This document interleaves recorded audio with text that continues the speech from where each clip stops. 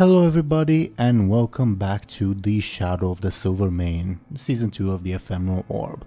We're back once again. We returned last week from the holidays, and now we are moving forward with our regular schedule, which is, just to remind everyone, this episode posted on Skoll's channel, the one after that posted on Sir Thompshire's channel, the one after that posted on my channel. All our links are in the description below, and then back on Skoll's channel, and so on and so forth. Before we go into like what happened last time and continue with our little adventure, I'm going to ask these lovely people to introduce themselves as usual. I rolled some dice in the background. The dice have decided that Sir Thompshire should go ahead first and introduce himself. Could you please go ahead? Hello. As always, I'll be playing Benjamin Aaran, the criminal, adventurer, sellsword, and currently fighting to save his dad, probably, hopefully, and ending his nasty uncle's evil plots. Also, just for the viewers, you see Benjamin has a stunt Orb of Deception on screen. Currently, that stunt is quote-unquote on loan to Skoll's character, so Benjamin isn't able to use it at the moment, at the very least. But I kept it there on the overlay because, at least my understanding is that it's just a like temporary loan. But Skoll and Thompshire, feel free to disagree with me. Okay. Next, according to the dice, we would have DoomGoblin. Technically, we're recording on his birthday, but we celebrated it the week before because the previous episode aired on his birthday. So, happy birthday, DoomGoblin. Can you please introduce yourself? Thank you again. And I'm DoomGoblin. I play Captain Bladebeard, a dwarven pirate who's just been in a battle, but the girl escaped, and we'll see what comes next. You guys did get some good stuff in return for her escaping, but thank you very much, DoomGoblin. And next we have the owner of the channel you all are watching this on, Mr. Skoll Shorties. Could you please go ahead and introduce yourself? Hi, I'm Skoll Shorties, and I'm playing the female Draenei, not an ogre, Buhd, who is also a pirate. Oh, that's right, you're in your female Draenei form. I completely forgot about that. I kind of forgot about it a little bit too. Oh man, you could have changed it in the overlay. I'm sad now. Viewers, you don't see an ogre, you see a seductive female Draenei with a slightly dumb expression. I think Bud's like the smartest character. Technically, you're like the second smartest on tied with Benjamin, but sure. That is hilarious. I can't wait. Well, he also does he still have aspects that makes him smart? I think he does. A stunt, you do. Viewers, I do. Yeah, Bud could get smarter than Benjamin. That's a scary fact. Mm-hmm. Yeah. I'm in Stormwind with Bud, and he has his own little misadventure with gnomes flirting with him. Yeah, he got engaged the previous episode, but we'll you remind us of that when it comes to reading the recap. Yep. I mean, at least Bud has a way to dodge it now as a Draenei, I guess. Sure. Thank you very much, Skoll. And next we have Zelris. Could you please introduce yourself and your character? I'm Zelris. I play Lyri, the once again green-eyed blood elf, who is currently helping Benjamin with his little quest to save his dad. And she feels pretty good right now, and hopefully that good streak continues. Above board, just for like reference for your character, you feel like as energized and like powerful, for lack of a better term, as you did at the start of the campaign, maybe even a little better. Mm-hmm. Just Very for reference, good. just for reference's sake. Okay. Yep. Thank you very much, Zelris. So, as I was just saying, Mr. Host, proprietor of the channel the viewers are watching this on, Skoll, could you please remind everyone what happened last time? Yep, I'm gonna do that in real time. I'm not lying about that. Mm-hmm. Alright. Split apart, our heroes come face to face with some of the leaders of the elusive Silvermane. Captain Bladebeard, after robbing Elswith Aaran, found himself in a duel with the erratic woman in the familiar Old Town abandoned tavern. Spectated by her wounded and presumed deceased brother, Merovi. Meanwhile, Captain Buhd encountered two characters seeking out his dwarf companion, the Pendaran, Sima, and the gnome, Gaut. Both wounded up, arrested after assaulting Buhd and the Stormwind guards, respectively. But both also promised to return to kill Bladebeard and to marry Buhd, respectively. As the ogre captain reached Stormwind Keep, he found that the guards had discovered Thamal, the party's companion who had infiltrated alongside Benjamin, Aaran, and Lyri Embersorrow. The Ethereal escorted Buhd and a contingent of guards into the secret tunnels, emerging on the scene of Bladebeard and Elswith's confrontation. Faced with the evidence of her setup, Elswith found herself surrounded by our heroes and the guards. She managed to make a desperate getaway, but the party discovered important documents proving the Silvermane's activities in Stormwind. On the other side of Elwyn Forest, Benjamin and a somewhat recovered Lyri arrived via Isla Thornbeard's Griffin at the East Vale logging camp, where our hero's father resided. The plan was for Benjamin to meet his father and to take him safely quickly, while Lyri kept watch and Isla stood by for evacuation or emergencies. The house was quickly surrounded once our hero went inside by Andor and Castellan of the Silvermane, and a struggle ensued. Our party was successful in forcing Castellan to teleport away while leaving behind a magical trail, and in temporarily incapacitating Andor. Yes, thank you very much, Skoll. So yeah. Last time, since you guys were split apart, we sort of went in like your your initiative order, since you guys were also in combat. Now, since Bladebeard and Buhd, at least right now, are no longer in combat, would you guys still like to go with the initiative order, or would you like to forego that? What do you guys think? Yeah, maybe we forgo that, I guess. I guess it could help the pacing, maybe. Okay. Sure. Well, obviously, when we get to Benjamin and Lyri, we'll still follow the initiative order because you guys are technically in combat. Mm-hmm. So, I guess, just because that might be a bit of a quicker resolution, Bladebeard and Buhd, you guys just defeated Elswith. Again, she in terms of game mechanics, she conceded the fight.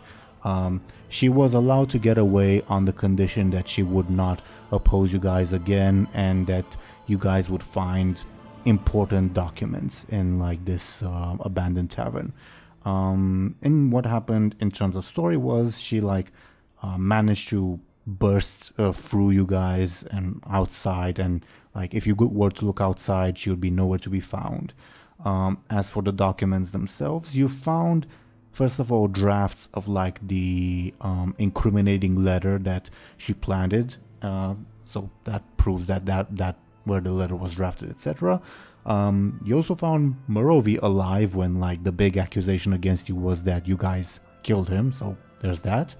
And you also found documents registers detailing the various bribes the Silvermane had given to various officials in Stormwind. Technically the guards found that, but it is your guys' win. So, While like the guards are rummaging through this abandoned tavern and they find the documents, what are Buhd and Bladebeard up to? Bladebeard would like to put on the whatever it's called that he stole from Elsvis. Sure, Necklace thing. sure. Model edit incoming. What? Can you give me a careful check, Bladebeard? Sure. You managed to Alright. put it on, Whoa. Alright. but it is concealed by your beard, all things considered. Yeah. How does it look, guys? Pretty cool, huh? I can't really see anything. Well, but I know that it's there. And that's important. It looks novel, Captain, says Tamal. Thanks. It looks like a beard. Also, apparently, Morowi has one, if anyone wants to take it while he's tied down. He just a reminder, Bladebeard, you shot him in the leg. The guards weren't here, so like nobody knows except him that you shot him in the leg. Currently he's like sobbing in a desperate panic. Just for context. Oh, but he is still tied to a chair. The guards are moving to untie him though. Sure. Alright. Well, I suppose that's one problem taken care of. Where are Benjamin and Lady Lyri? Says Tamal. Oh. They in here.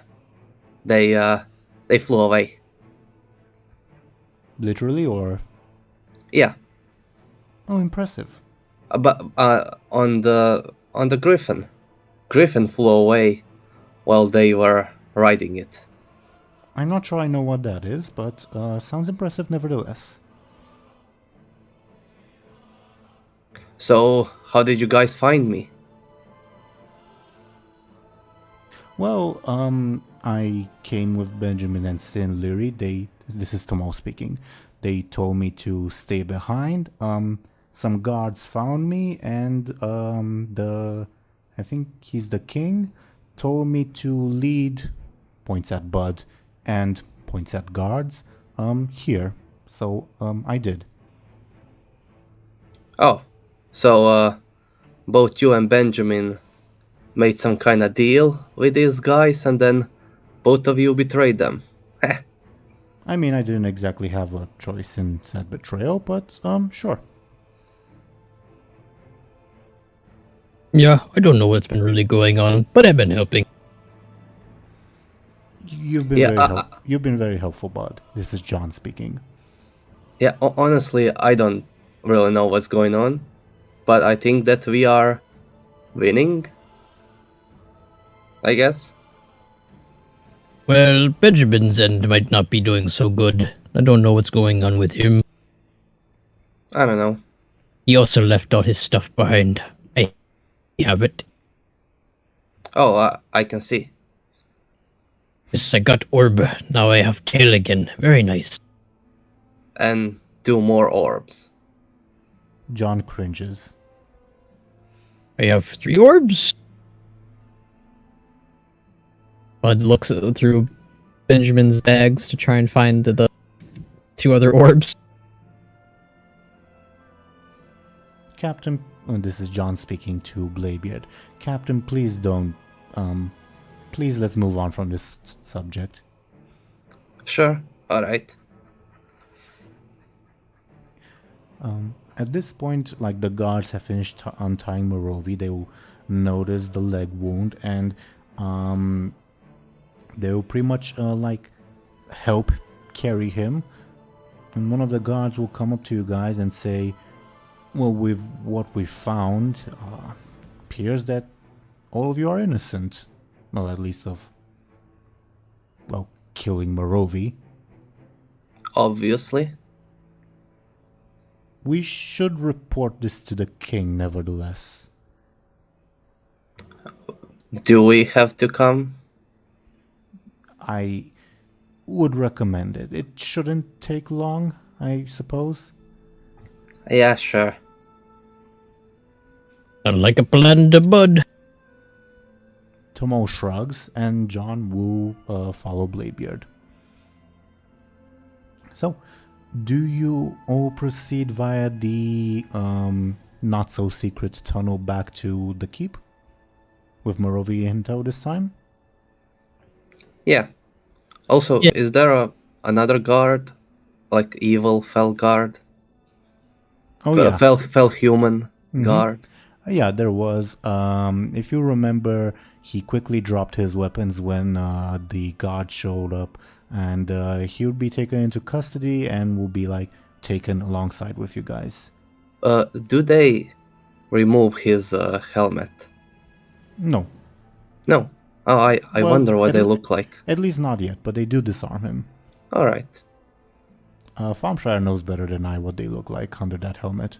There is nothing under the helmet. It's just like pitch black face with pale eyes. But story-wise, Story are they green? Story-wise, Gray? it's a human with pale green eyes and maybe like a paler skin than usual. Looks almost like a Death Knight, kind of. Alright. Kind of. But yeah. So you proceed with the guards back to the secret tunnels to the keep, correct? Yeah. Okay. Shall we visit the other front, so to say? Sounds good. Yeah. Okay. So, continuing with the battle initiative order, if you guys remember, you forced Andor to skip his turns. What's pretty much going to happen is you see the initiative order, it's Benjamin, then Andor. Andor will be able to act from the next turn because you guys still have one skip. As to like what's happening narratively, the last thing we sort of left off on was like Lyri mana tapped Andor and he's like collapsed to the ground right now, sort of writhing in pain. Benjamin, you and your dad were like pressing on Castilian, who teleported away and like in his haste he left like a magical trail behind that you'll be able to follow. And he also left a bomb behind that he tried to detonate but the fuse didn't catch. And I will remind you that like when you try to like sense magic in the bomb, you did not sense any magic. Whatever it is, it's purely technology, whether that be engineering or alchemy or whatever, you don't know. Though you can speculate. But other than that, going back in the initiative order, what happens now? It is Benjamin's turn, but you guys feel free to like act out because like talking is a free action, obviously. Well, we should try to tie him up when it's down. Right, says your father.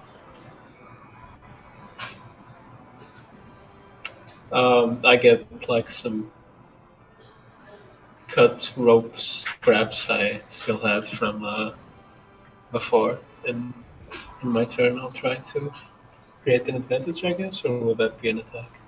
I leave it up to you. Huh.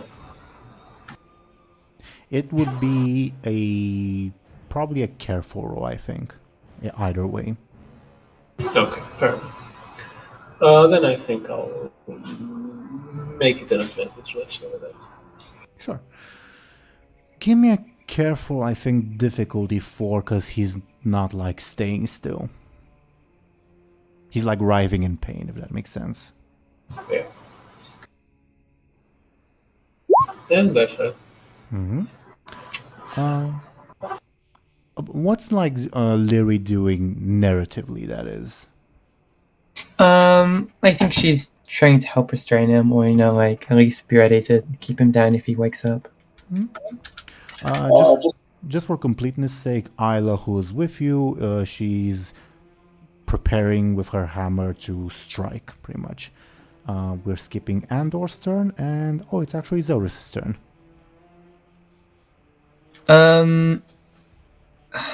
I guess I try and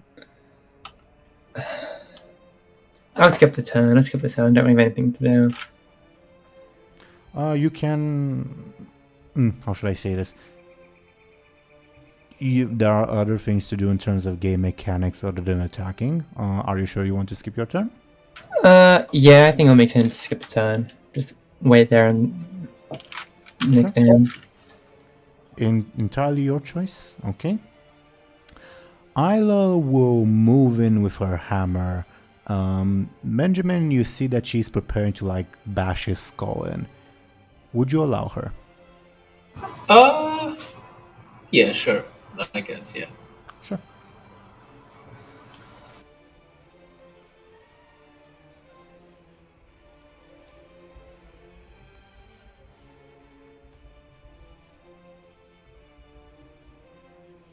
She deals 2 points of damage, taking Andor's level 2 stress.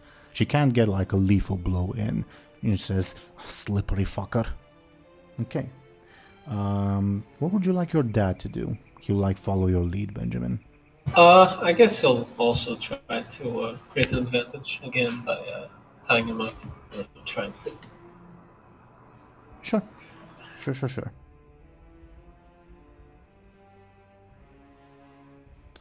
He fails as well. Okay. At this point, both of you having failed to restrain him, although Isla dealt a little bit of damage, he'll like regain his focus and like jump back up and like take a few steps back. This is just narratively. And he growls, I really should not have underestimated you. I won't make that mistake again. It's your turn, Benjamin. Well, you're outnumbered. Now what? What do you mean, now what? Well, you can surrender and save us the trouble. And then what? What would you do if Poirot captured me? Well, why don't we find out? Why don't we indeed? Come and make me. Well, you asked. As soon as I finish saying that, I just like lunge at him, trying to get a hit before he is ready to parry. Give me a quick, I suppose.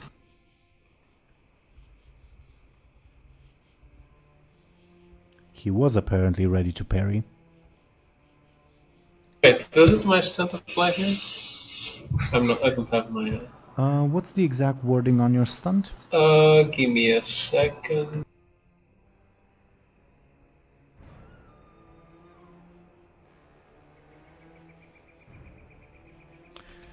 When you attack an enemy without any others in melee range.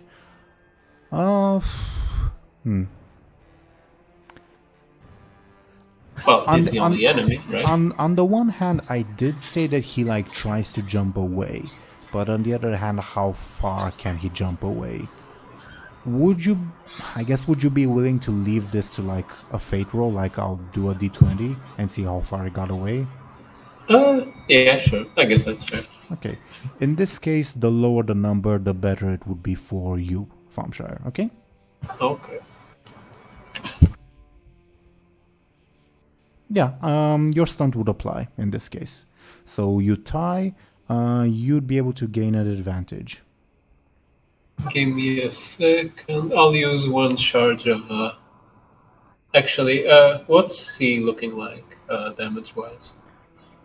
Well, he got a mallet in the head. He's like I mean more like game-wise. Oh, my bad. He took his level 4 and 6 consequence and his level 2 stress. Okay, then he got his level 2 stress and the level 4 and 6 consequence. Correct.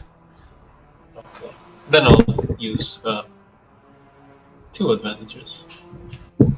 What are you invoking? The 2 night vision charge. My aspects, yeah. For the first one... You can use your night vision. Okay. 'Cause Then I'll use them both, yeah. Sure. He'll use one of his charges of superior swordsmanship to mitigate that. And I'll use, it just burns. Okay. Let me think. Yeah, I'll use a fate point to mitigate that. And I'll use everything I think is vague.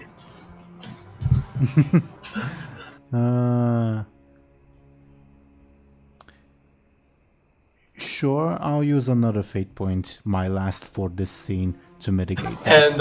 And if you'll allow me, I'll use Joseph's advantage.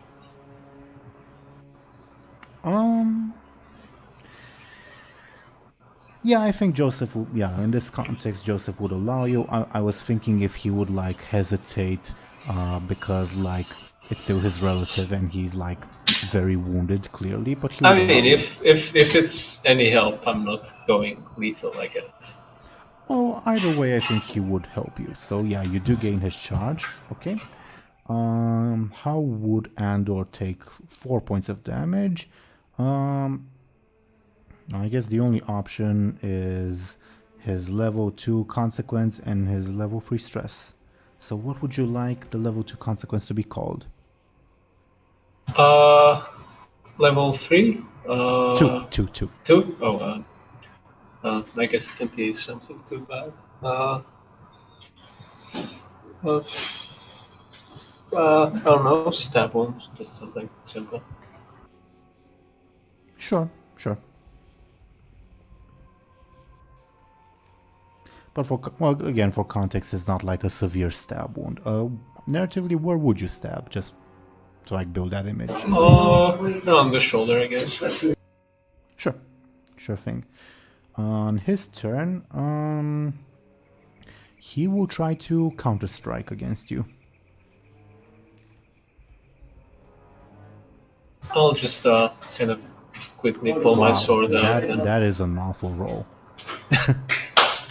How are you defending again? Sorry. I'm kind of just quickly like pulling my sword out and try to parry it. Sure. Give me a quick. You successfully do so. What type of attack was it, by the way? Quick. Okay. So no, not your stunt. Yeah. Okay. Zelris, Lyri. This guy is like on his last legs. What do you do? Lyri will quickly take out her gun and try and shoot him in the leg. Well, you're not behind him currently. Yeah? Well, you're not behind him is what I'm saying. Yeah. Okay. Still gonna try and shoot him. Hopefully Benjamin won't get in the way. Okay, honestly, that sounds like a careful attack. Well, actually, careful or quick, I guess. Because since you're not behind him, you're not being sneaky. Mm-hmm. Okay. Okay, I don't have anything to invoke, so describe to me how you defeat Andor. I guess during the kind of brief moment after Benjamin like parries his blade, Lyri sees like an opportunity to quickly grab her gun and like shoots him like I guess like in the leg or the foot to incapacitate him. Just a reminder, you do have like your blowgun, if you remember. Are you using that or are you using like a regular like pistol? A regular pistol. Sure. And you shoot him in the leg, correct? Yep. Okay. You shoot him in the leg. Since you guys are like victorious, would you like him to be knocked unconscious or just like too wounded to fight anymore? What are you guys thinking? Let's do unconscious for now. If Yeah, unconscious. Sure. You shoot him in the leg, and like the shock from Benjamin's attack and the wound at the same time, and obviously him being drained by the mana tap, just like pushes him over the edge, and he collapses on the ground. You hear, oh, actually, Benjamin, since you're close, you see like a similar bomb to the one Castilian just dropped, and you can tell that like on his next turn his plan would have been to ignite that bomb. So you did stop him in time. what's with these people and bombs? I know, right?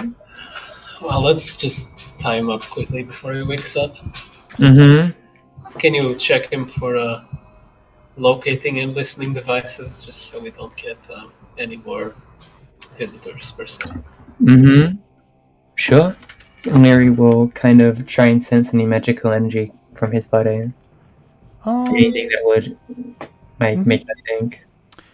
Give me a careful difficulty 2. Difficulty 2. Okay.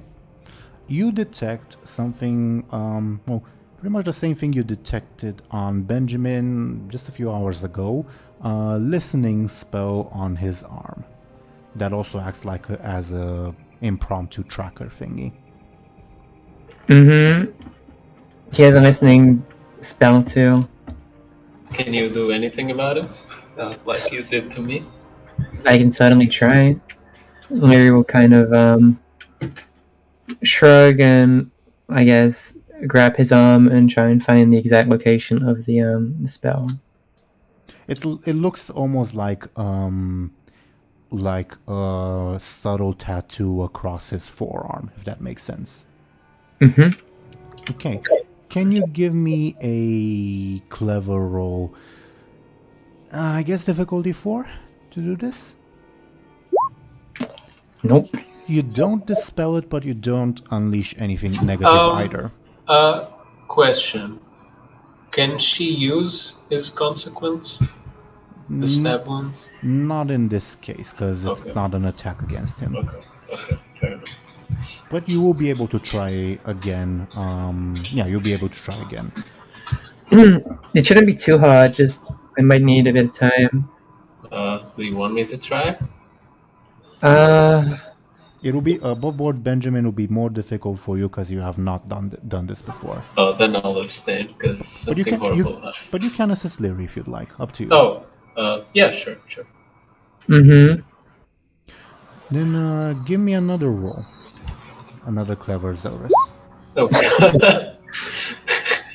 Fate point, please. Well, it's a 2 with Benjamin's assist. Nothing negative happens, but nothing positive either. This is... could you just... Lyri kind of looks around awkwardly. Too many people watching me. This is nerve-wracking. Do you want me to turn around? Just close your eyes. What are you two doing? Says your father. We're trying to dispel a listening device he has.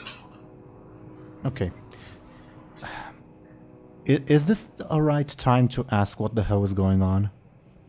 Just wait a few minutes and I swear I'll explain everything. He looks at Isla. Isla just shrugs at him and says, "Hi there." And he just shakes his head. Lyri, before I make you roll again, can you give me a careful check? This is to see like if it would be difficulty to see if you feel like maybe a bit unsettled because you haven't been able to do it until now. Yeah. You're feeling like a little bit on edge, like people are looking at you. This is familiar magic, but for whatever reason, the ordinary method of dispelling it isn't working. The difficulty will be slightly raised. Okay. But feel free to roll your clever again with Benjamin's assistance. Yeah, Benjamin, yeah. Okay. Magic. Wow. for whatever reason you realize, oh, that's the part I wasn't doing right, and you dispel it again, as I described when you did it to Benjamin. It leaves like a flash of light that, yeah, it's a very bright flash of light. I don't know if Joseph certainly wasn't prepared for it. I don't know about Benjamin. But after that, if you're to look at whatchamacallit, Andor's arm, the mark is gone. And Lyri, you don't sense the respective magic there either. Well, that seems to be it. I guess third time's the charm. Mm-hmm. Yeah, that time's a charm. Can you get around to tying him up?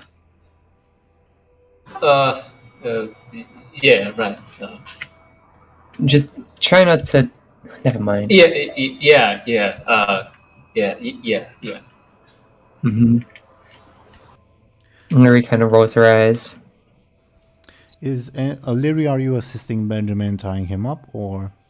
Lyri will try to assist him, yeah. Okay. Benjamin, can you roll me a careful with Lyri's assist? The result will be the difficult Andor needs to get to break free eventually. Sure.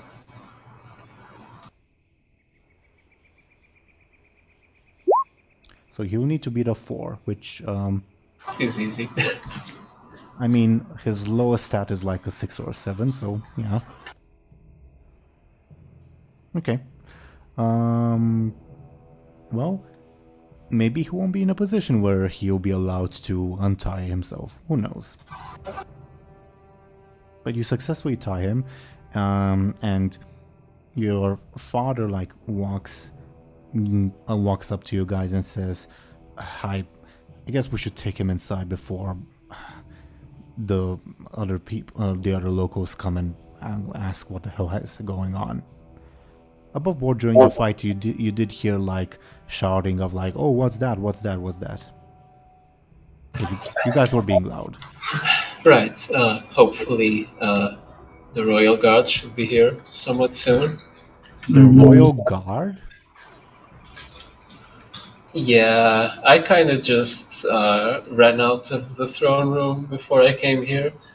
Mm-hmm. Benjamin, let me... Did you come here just to have me beat up my brother-in-law and get arrested? No? Why would you even think that?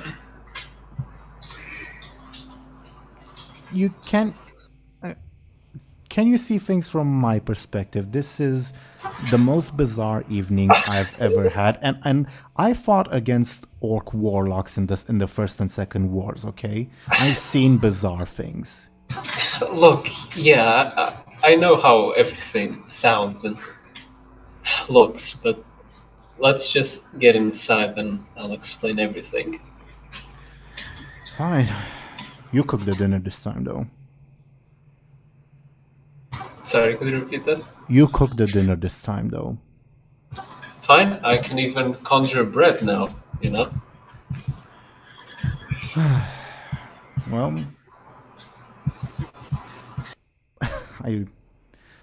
Well, if that's the path you've chosen, I'm happy you've found a path at least. Come on. And he like grabs your uncle by like a shoulder and motions for you to like grab the other. Yeah, I'll do that. He'll look at Lyri and Isla and he'll say, I suppose you're also welcome to come in. Oh, hi, you have any drinks? Says Isla, and she like marches straight in without like bothering with any of you. Yeah. Lyri kind of like nervously like kind of looks inside. The back room is not lit up, but how should I say this? Yeah, you see a typical human peasant home, pretty much. You've been to Westfall, it's not too dissimilar from that, if that makes sense. Mm-hmm. Yeah, right. Of course. Lyri kind of enters. Sure thing. Sure thing. Should we check up on Bladebeard and Buhd? Sure. Yeah. Okay. Well, you guys are being led through the tunnels again. Bladebeard, this is the first time being there actually. Yeah, do let me know if you do or say anything while this is happening, or if you'd just like to move ahead to the throne room. Oh, this is the secret tunnel. That's why I turned into Draenei again. Yes, we noticed, says John. Oh, I was telling Bladebeard. Oh, alright. So at least we know that they don't have any ogres on their side then, I guess. Well, doesn't look like it. John will like touch some of the masonry and say, this seems a little old. Probably even pre-First War, if I had to guess. Hmm. Well, it ain't our problem anymore, I guess. Yeah. Captain, can we get the hell away from the city? It's been a freaking nightmare ever since we arrived, says John. Yeah. We'll go as soon as we can.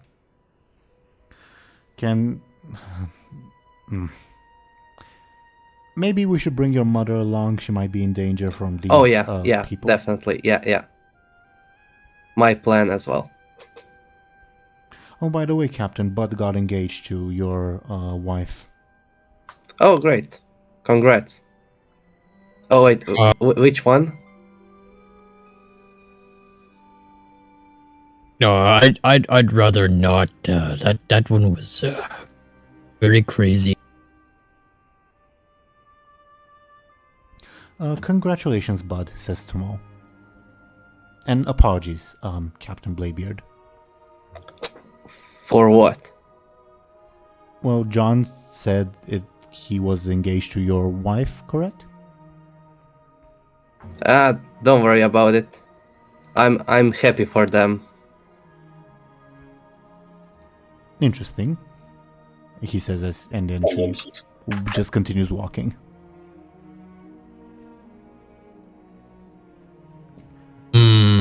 I don't think I want your wife, Bladebeard. You can have her.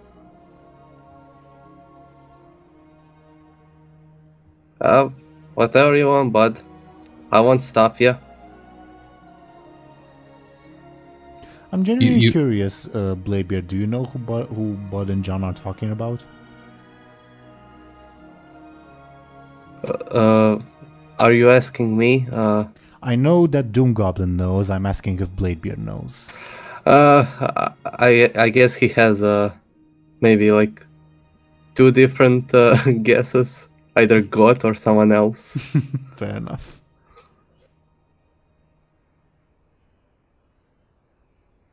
Yeah.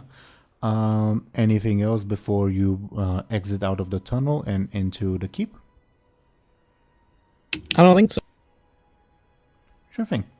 Yeah. Eventually, you will exit out of the tunnel. You'll retrace with the guards the footsteps through the guest quarters and arrive back in the throne room where Varian is waiting alongside with some other guards.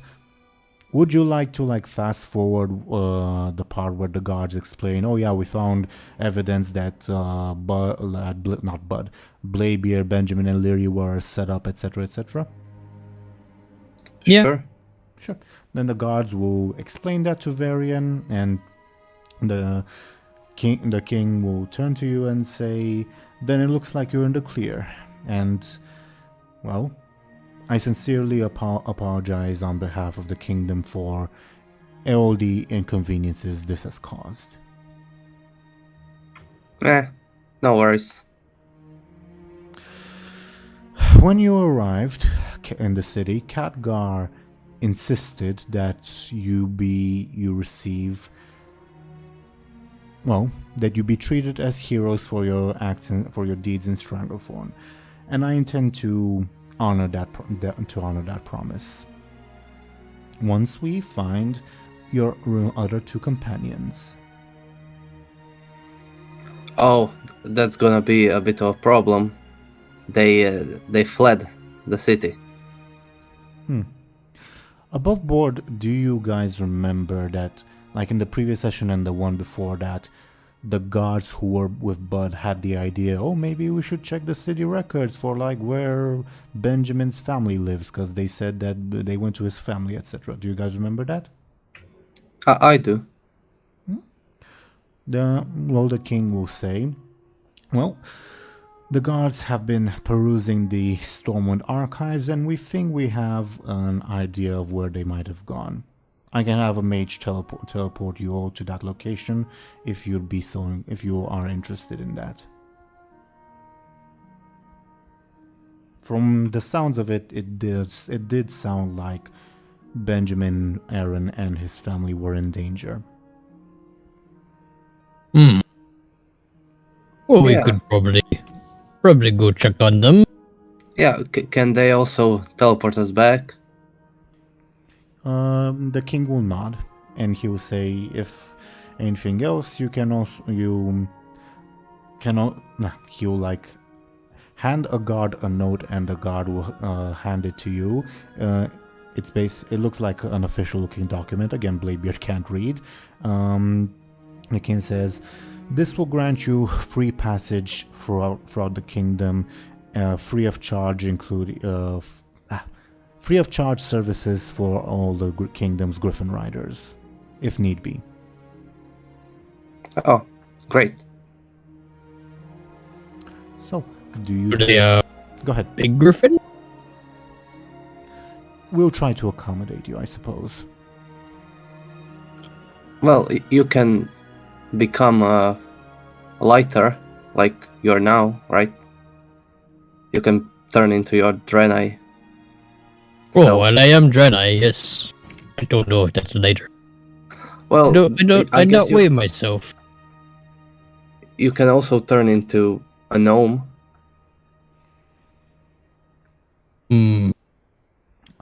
But gnome no have tail. Buhd A kobold? and Bladebeard don't know this. Benjamin would know that, like, the transformation should be as close to the mass and size of the original. If you turn into anything much smaller or much bigger, it will last for a much shorter amount of time. But you guys don't know that. All right. I only know that I was able to turn into a giant, so I And- guess you can become smaller. Yeah. And you also got attacked for it, but yeah. Yeah. So, I'll have one of my mages conjure a portal for you. Is that well enough? And I'll send a contingent of guards with you as well. Sure, great. Sound like plan. And John and Tamon will follow you. Actually, how about you two go to my place, see if everything is all right there, right? I suppose this is John speaking. I suppose we can do that, Captain. But and he like motions to like one of his bare bones, and the king will motion for a guard to grant John another type of document that like similar to the one he just gave you, Bladebeard. Also one of like, you have free passage throughout the city, pretty much. Like he doesn't need to be afraid that he's an undead. And John say, "Oh, is that what you want us to do, Captain?" Yeah, sure. If everything's all right, just stay there and make sure that everything stays all right. And if it's not all right, Check Golden Keg, I guess, and if you don't find anything there, I don't know, wait for me. very well, says John. Golden Keg is the one that I'm thinking of, right? The tavern in... I think so. I'm pretty sure it is. Salty Sailor is from Booty Bay. Correct. Alright, I think that this one is Golden Keg. I think you're right. Tamal will walk up to you, Bladebeard, and he'll offer you like a handful of weird-looking dust. Oh, thanks. I might need that. Yeah, thank you. It should help me. It should help me get to you, or it should help your Benjamin or Lady Lyri get to us. Magical properties and all that. Oh, alright. Thanks. You thought it was something else, right, Captain? Says John. No, arcane dust, of course. John nods. And the king will usher in a mage to teleport you guys while John and Tamal proceed on their way. Is that alright? Yeah. Okay. Shall we check back up on Benjamin and Lyri? Yeah. Okay. So, Benjamin and Lyri, you guys have just dragged Andor into Joseph's house. He's currently unconscious and somewhat tied up. Yeah, what do you do with him? Do you put him in a chair or... Yeah, I guess we tie him to a chair or something. Sure. Again, same difficulty for him to break out. Yeah, what happens now? Joseph will hand you what's that? What's that called? A ladle. Yeah, that's the thing. A ladle, and he'll say, "Well, get to work, Benjamin. Don't want to keep the guests hungry."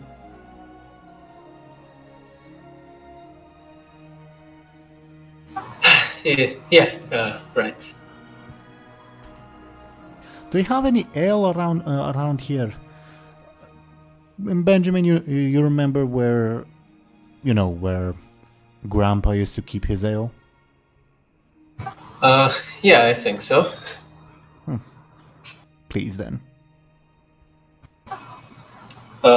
Actually, can I roll a clever for that? Or careful or whatever? It would be careful. Let's say difficulty... Let's say difficulty 4.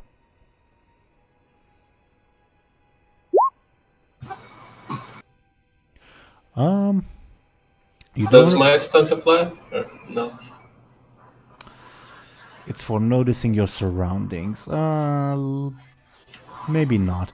I'll say you don't remember like Grandpa's ale, but you remember your father's secret stash that he probably wouldn't want you to touch. But is that me remember that in particular, or am I confusing the two? It's not a sufficiently bad roll for you to confuse them. Okay. Then I'll kind of just scratch my head and just... maybe I don't. Fine. I'll go get it then. And he will proceed to go to another room. What do you guys do in the meanwhile? Isla will just like idle around and like inspect the house pretty much. I guess I'll be looking like at the cupboards and stuff, looking for ingredients, I guess. Yeah, you would find some. Lyri's just kind of looking really nervous and meek. She doesn't really like being in here. You're right, lass? Mm-hmm. No, don't look like it. If you want, when we get the hell out of here, I can give you some of Cordran's strongest. Put the what's the word? Put the color back in your cheeks. Yeah, that sounds cool. She'll continue like rummaging through the house.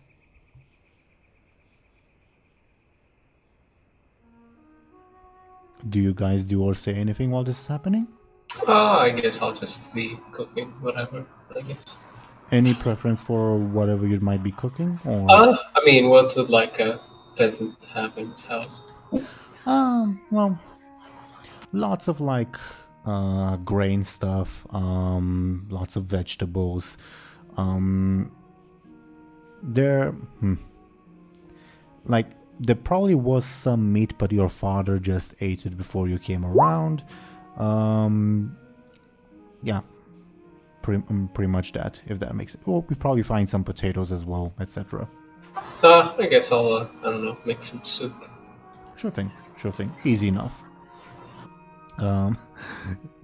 Just for its sake, can you give me a careful roll? No difficulty. We'll see based on the roll how good it winds up being.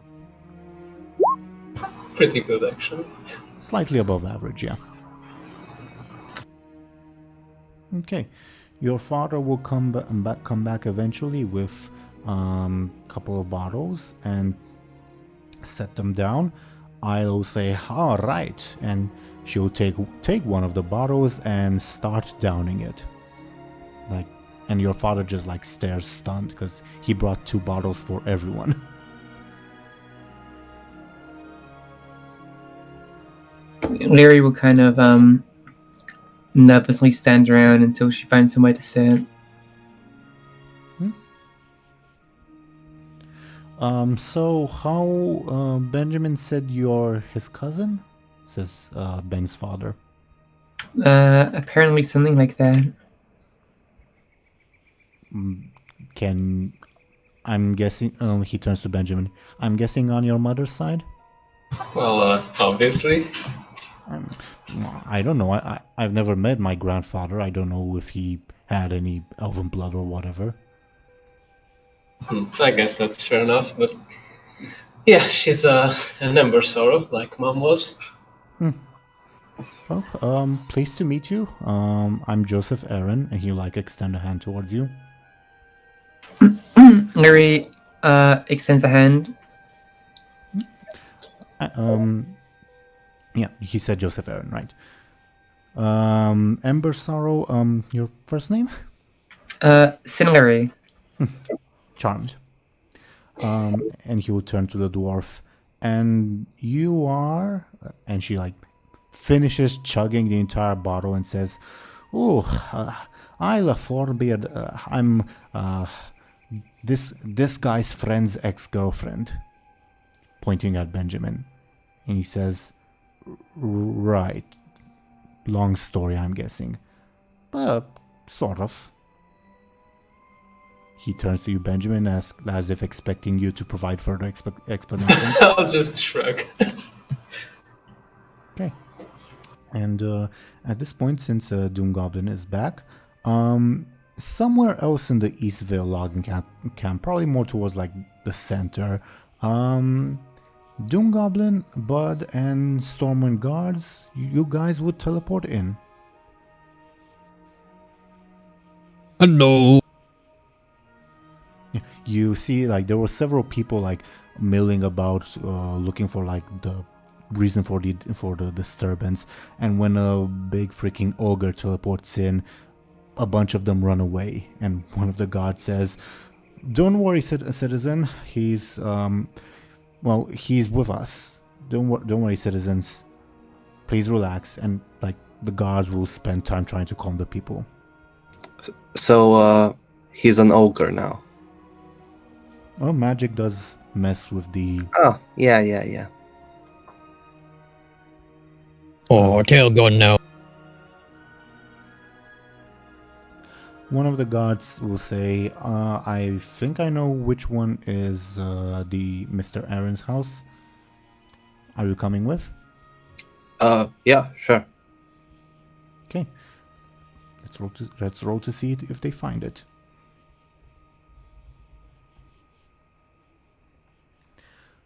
You spend a couple minutes milling about before actually finding it,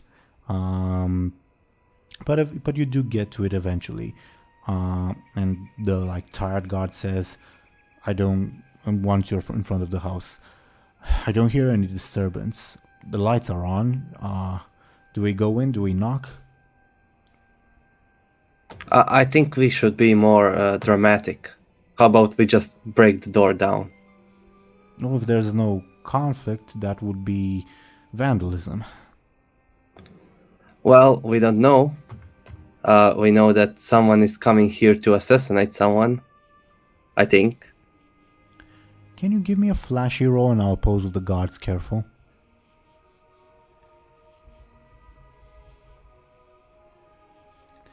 I don't think that's advisable. Fine, then knock.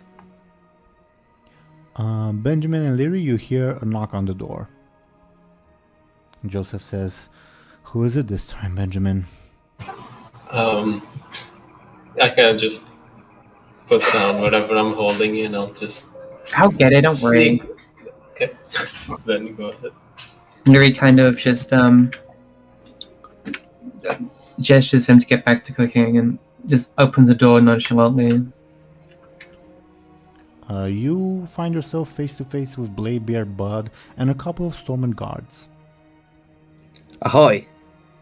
Hello. Lyri kind of blinks like 5 times and "Is everything all right?" says the Stormwind guard. yeah, sure. Everything's alright. Hey, give me a second. I shut the door in their face. Benjamin, should we give them, your uncle, or? Just, who is it? It's Bladebeard, Buhd, and the guards. They must have came by on Griffin. Just, let him in, I guess. Alright, Lyri kind of opens the door again. I come in. Joseph says, Whoa, I don't have that much food for everyone." Don't worry, we'll have the dinner in Stormwind. "But let's roll to see if you fit through the door." What do you want me to roll? I'll roll. You don't fit. This door too tiny. That's a shame. The guard will also walk in and he'll say, "Is everything all right in here?" Well, it is now. We detained the attacker, so. Well, one of them, at least. Mm-hmm. Then we shall take them into custody. Well, you should be careful with him. Saying is tricky is a bit of an understatement. This is Sergeant Johnson of the Stormwind Royal Guard. I think we can handle the citizen. He emphasizes the citizen as if to say amateur, if that makes sense. All right, just take him away then. Joseph will say muffled, whisper to you, "Wait, just like that?" Well, what do you expect me to do? I thought you had some sort of business with him. That's why this happened. Well, he's trying to conspire against Stormwind. Of course, I'm giving him over to the guards. Fine. Okay. Go ahead. So, this is your uncle then? The elf guy? Yeah. Mm-hmm. Quarter elf, says Joseph. Benjamin's father. Alright. So, are you an elf as well? I think we've had this talk before. I don't remember. I thought you were a human. So wait, Twinkles is your real self? And this is illusion? No, I'm Benjamin. Aaran, okay? Bladebeard, you hear the familiar voice of Isla. Oh, hi. She finished the entire bottle and grabs the other bottle that Joseph brought, while Joseph says, hey, and Isla thrusts it in your hand a bit forcefully. You can clearly see that she's drunk. I'll try to catch it. No, she pushes it in your arm, not throws it. I'll try to drink it. You can do that. And she says, Bladebeard, how about we do, the thing you did before you left on your new ship of like 10 years ago, you remember? Yeah, sure. How long are we staying here, Mr. Guard? The guards are like dragging the half-elf guy out, Andor out, and the lead guard will say, I'd just like to ask a couple of questions, and then we'll be off, Mr. Bladebeard. Questions with who? Lyri kind of looks at him. Well, with everyone. Shouldn't this be done within the safety of the keep? There could be more attackers, maybe. He had a locating device on him, so whoever he's working with probably knows where he last was.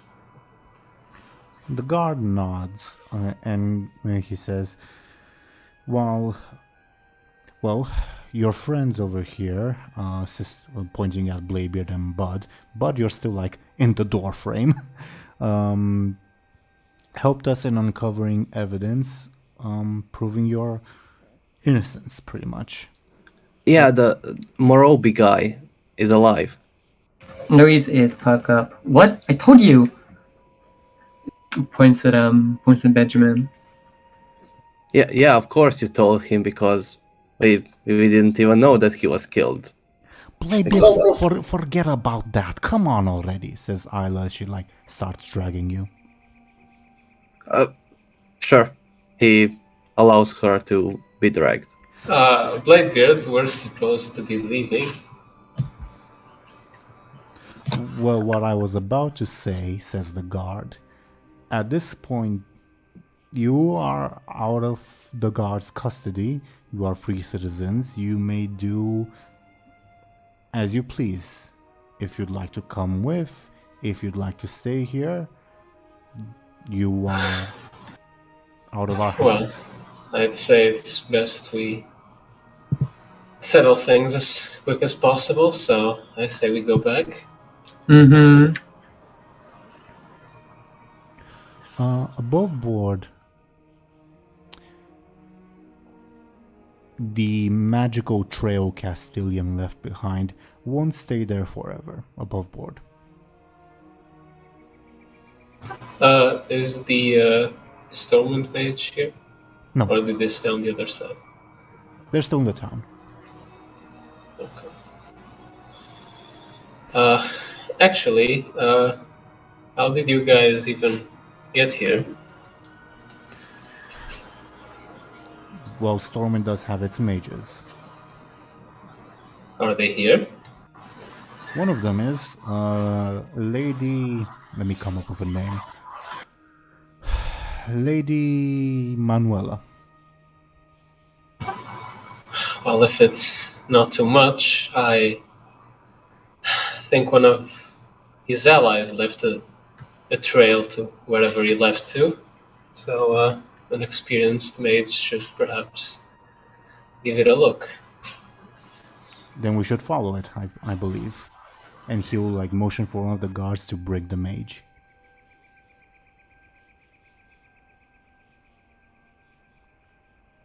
Meanwhile, Isla is still dragging you, Bladebeard. Sure. Yeah, as they were talking, those two were already gone. I guess after that, I'll just turn to my father. Well, I guess introductions are in order. That dwarf over there just got dragged as Captain Bladebeard, and that ogre trying to fit through the door is Buhd. Them and Lyri, well, I guess you could call them my traveling companions for what's felt like a while. I was about to say, I hope they aren't your cousins too. Oh, no, I don't think we have any ogres running in the family. Probably not. Pleased to meet you, Mr. Buhd. Apologies for the house's architecture, I suppose. I'm used to it. Hello. He nods. Says, where did the dwarves go?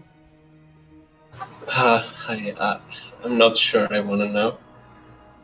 Bladebeard, Isla would like to do NSFW stuff with you. Would you allow it? I assumed. Yeah, sure. Okay. How loud are you being? Let's say very. Sure thing. Sure thing.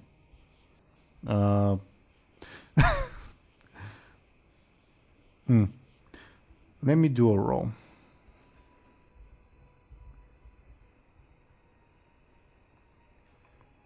Benjamin, you hear NSFW dwarven sounds coming from your parents' old bedroom.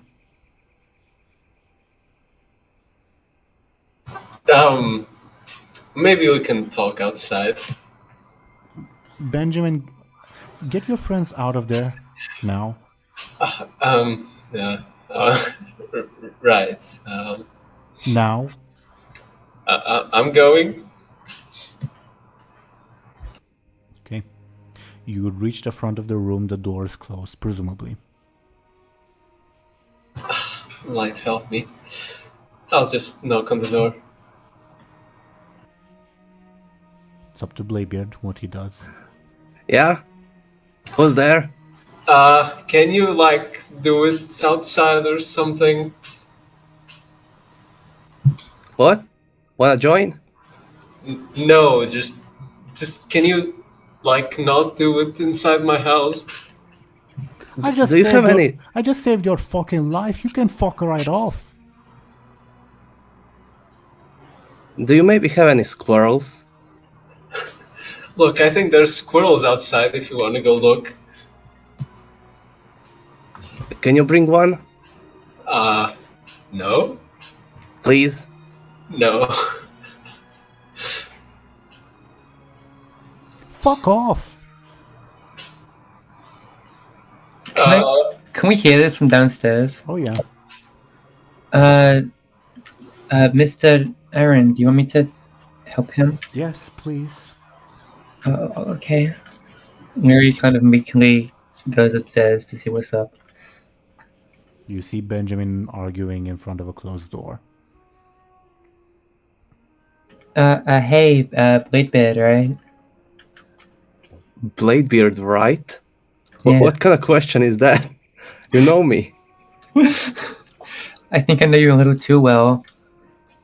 You wanna know me better? Lyri kind of starts to fucking stutter. Yes, no. And Lyri shakes her head. Then fuck off. I'm kinda busy. Can you be busy outside of my parents' room? And Lyri tries the door. Bladebeard, did you lock the door? I guess not. Then Lyri opened the door. And Benjamin and Lyri, you recognize a familiar description from Isla's ramblings. I just turn around. And Lyri... That's rude. Sorry, Lyri tries to push Benjamin in. Deal with it. Benjamin, do you allow yourself to be pushed in? No. I'll try to push her in instead. As in, feign her and have her, slide inside or something. Give me either opposed forcefuls or opposed sneakies, I guess. I guess I'll go with sneaky. Not lose, but... Oh no. Or not. Oh no. Are you here to join or are you gonna fuck off? I'll just immediately close the door and just say, I'll deal with it. I was gonna do that. Oh no. And Lyri lets out a blood-curdling scream. Oh, not in there. Yeah, Bud, you also hear that.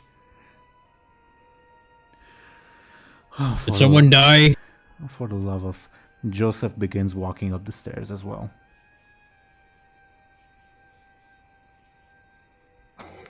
Way to kill the mood, Lyri.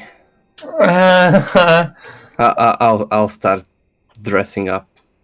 What the fuck are you doing? Why are you stopping? This is the first time someone's been watching us, you know. Lyri kind of like nervously shuffles. Well, are you gonna watch? Are you gonna join? Or can you fuck off if not? What are you doing? She like scratches the back of her head and like tries to like open the door again. Just like really sort of like. Can she open Oh the no, door? I'm like barricading the door with myself. Oh no! Wait, Thompshire, what's the point of that? As in, like, Lyri can only come out when she deals with it. Lyri tries to just like repeatedly try and open the door. Give me a as best post. she can. Give me a post forceful rolls. I break the door off. Yes, with that, yes. Benjamin, you feel something wrong with the doorknob. I opened the door. Oh, more of you. This is getting kind of awkward. I'm leaving. I'm gonna jump out of the window. Do you open the window first? Yeah. Okay. You dress yourself, right? Yeah. Okay. Way to ruin the fucking mood, you fucking assholes. Ungrateful sods, I saved both your fucking lives. Yeah.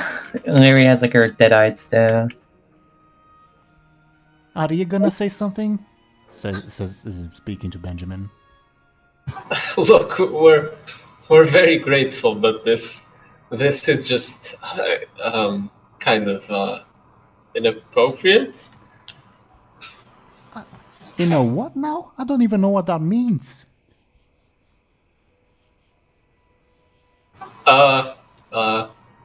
Rude. I'll rude you if you don't shut the hell up. She starts getting dressed.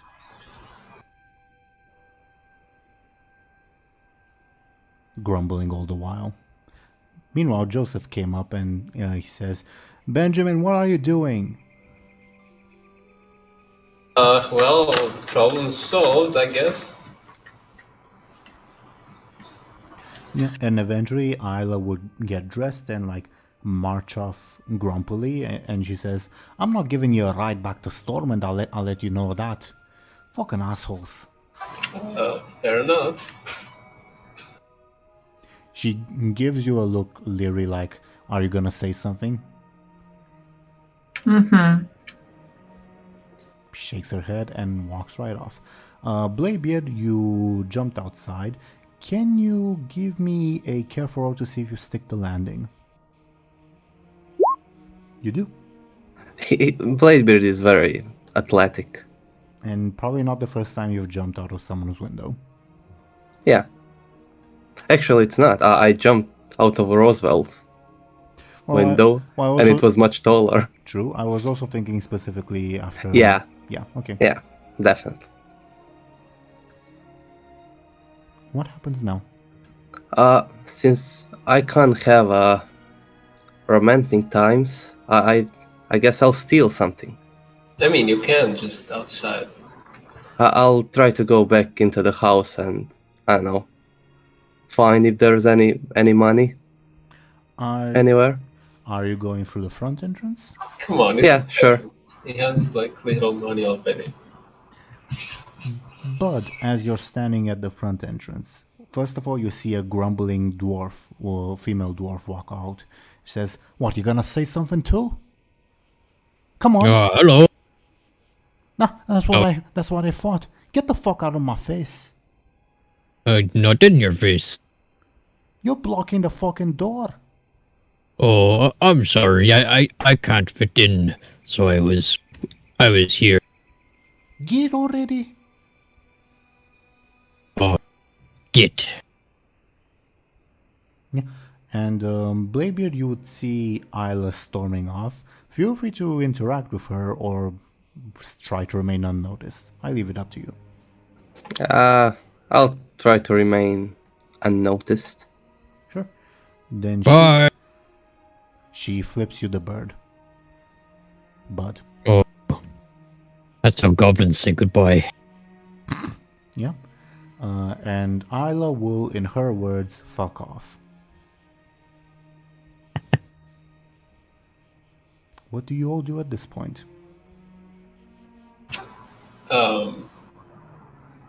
Is this a bad time to fill you in on everything? Who are you talking to? It's my well, Get downstairs already. And you too, saying that to Lyri. Okay.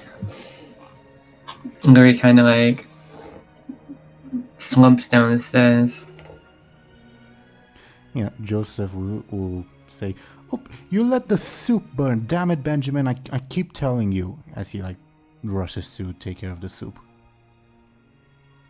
sorry. Just a couple of things happened. Yeah. Can tell. What's Bladebeard up to, by the way?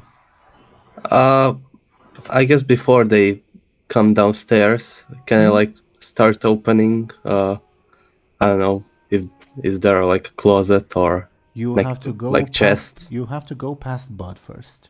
Oh, hi, Buhd. Can I come in? Yeah, sure.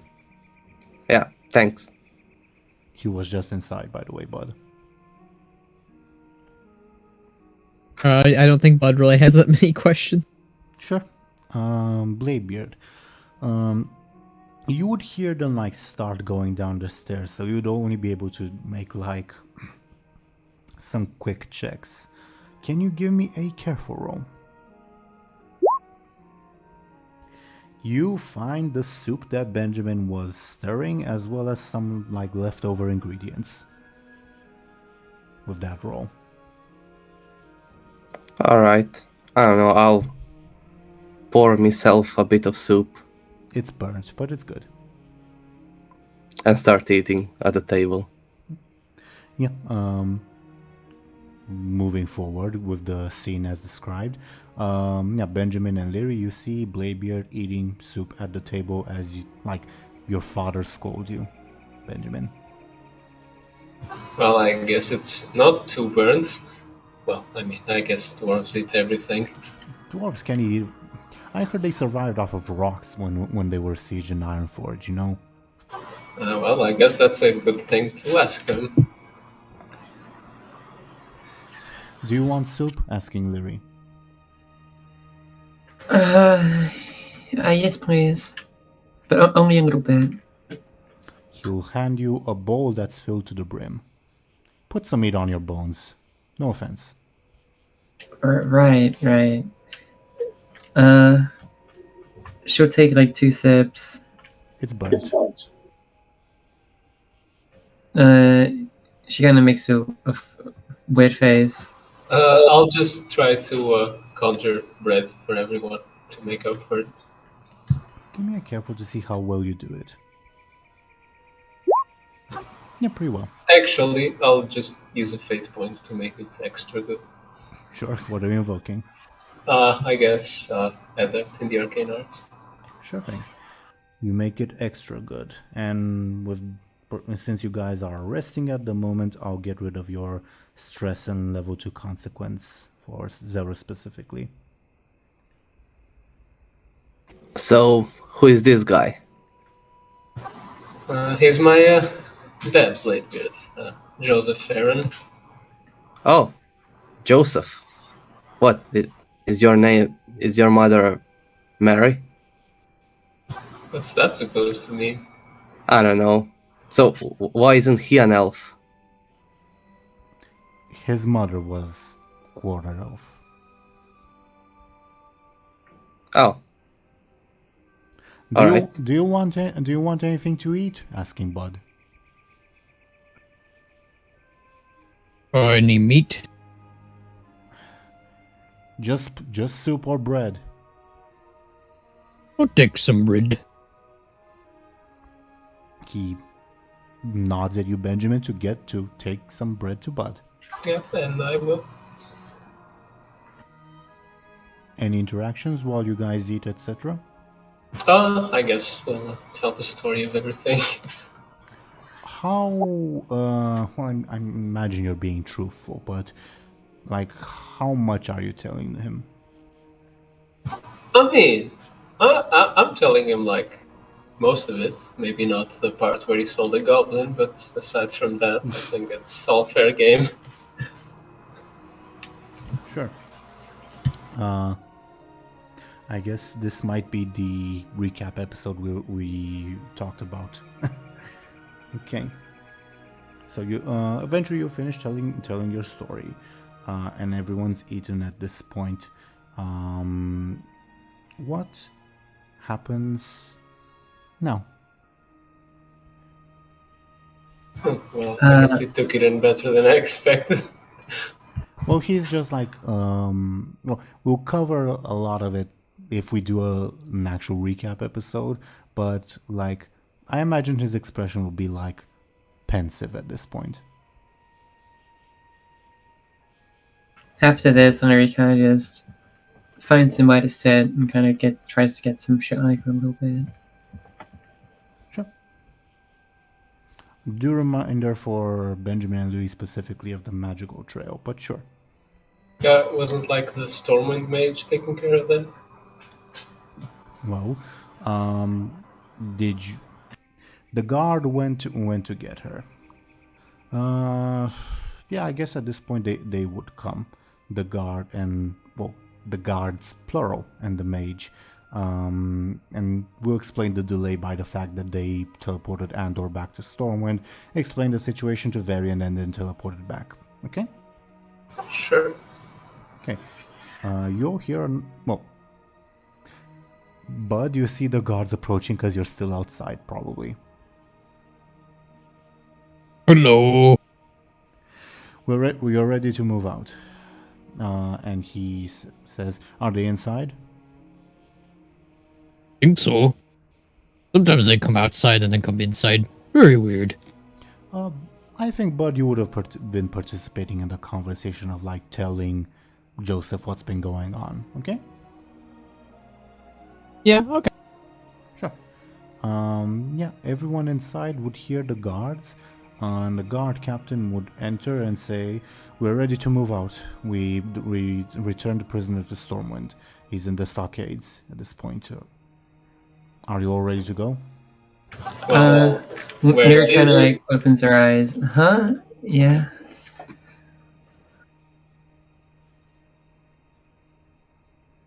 Yeah, sure. I'm ready. Fill up on good bread. Did you get someone to follow the trail?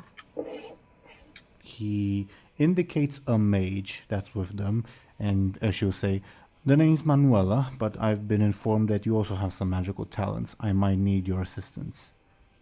Where are we headed?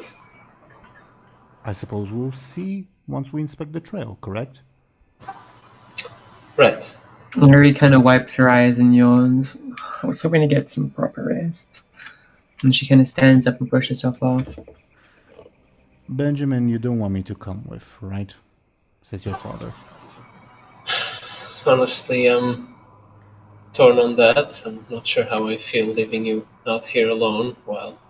Wouldn't it be safer? Thanks. Wouldn't it be safer what, sorry? Wouldn't things be safer in the city, Benjamin? Yeah, we should go back to Stormwind. They know his exact location here. Yeah, that's my worry. Above board, just so that it does, I don't want to like force you guys into a situation, but above board, the mage and the guards are insistent, well, we should go after them right now, like press our advantage, blah blah blah. It doesn't mean that you have to also do that. Above board, you can just like inspect the magical trail, see, oh, that's where it goes, and we'll remember that for later and go there later. Or you can do that now, or you can just ignore it altogether. Again, I don't want to force you guys to do anything. It's just that the guards are insistent. We should go and chase this magical trail, blah blah blah. Doesn't mean that you actually have to follow through with them, okay? Yeah. I mean, we also could take him with. He's probably safest with us, right?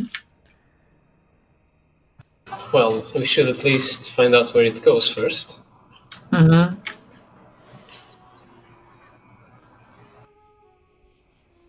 Okay.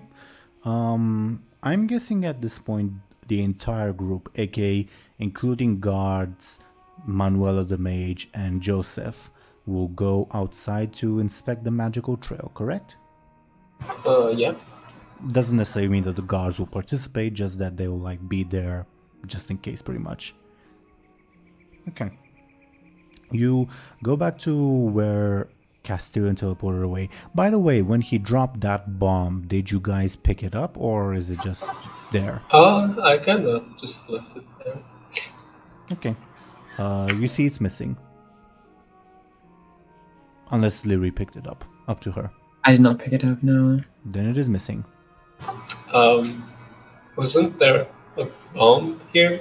There was. A bomb, says the guard captain. Actually, there were 2 bombs here. Yeah, they were dropped by our assailants. Maybe they exploded. I think I doubt it. There are no scorch marks above board. Or like any marks whatsoever.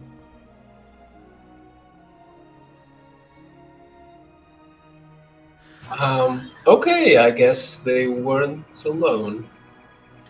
Maybe some kids found them and took them. Well, that would have left the trail, I guess. Benjamin, actually everyone, but especially Benjamin and Lyri, because you guys were there. Feel free to like do a careful roll to see like if there's anything amiss, if there's like any tracks, etc, etc. Yeah. Can I assist, Benjamin? Sure. And Benjamin, your stunt would apply. So that's a 5. A 6, I guess, with Lyri's assist. Yo, right, my bad. With a 6. You see it was and you'd be able to determine it wasn't like someone like teleported in, took the bombs, left. You see that there are like someone like clearly was there, like came here, took the bombs and went away. You see like marks in the ground, and you will see with that roll like the mark, like the the footsteps, the like imprints on the ground, they don't appear, they look like human shoes, but very, very small, like a child's. There's some small footprints here. I told you. So some kids, some lads found it, and I don't know, probably are going to, I don't know, burn them. Maybe that gnome found them and was following us. I don't know. Right? With that roll, Benjamin, you'd be able to determine that it's young humans, not a gnome. No, it's definitely a kid. Or a small human, I guess. Small human, otherwise known as a child. Well, I guess. Should we look into this? Well, that is extremely dangerous. I'll have some of the guards start looking into it. Right now. We can't let explosive ordnance in the hands of civilians. Alright then. Then let's look at this trail in the meantime. Mm-hmm. The magical trail. So above board, would you like half of the guards to go after the bombs while you guys stay inspecting the trail? Yeah. Half of the guards. That's quite a bit. I mean, I guess the trail. Is it just like one trail, as in took both bombs and left, or is it like two people? I don't think you. Actually, yeah, I think you'd be able to tell. It's 2 trails. Then I guess half the guard is fair. Half of the guards means 5. Yeah. Sure. Let me do a roll.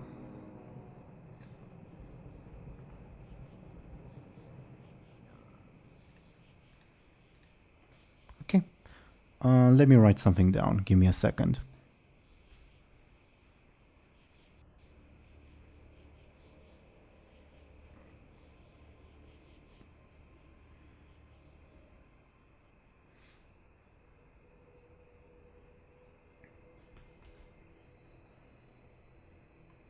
Okay.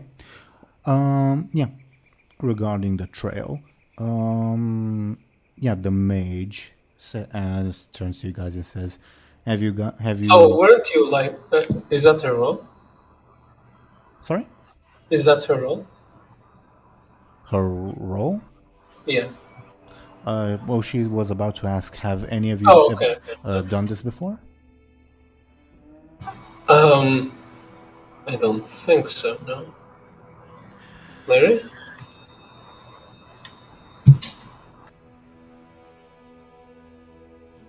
Above board, we can do it in multiple ways. Either have 3 people roll. This is just for like the tracing part.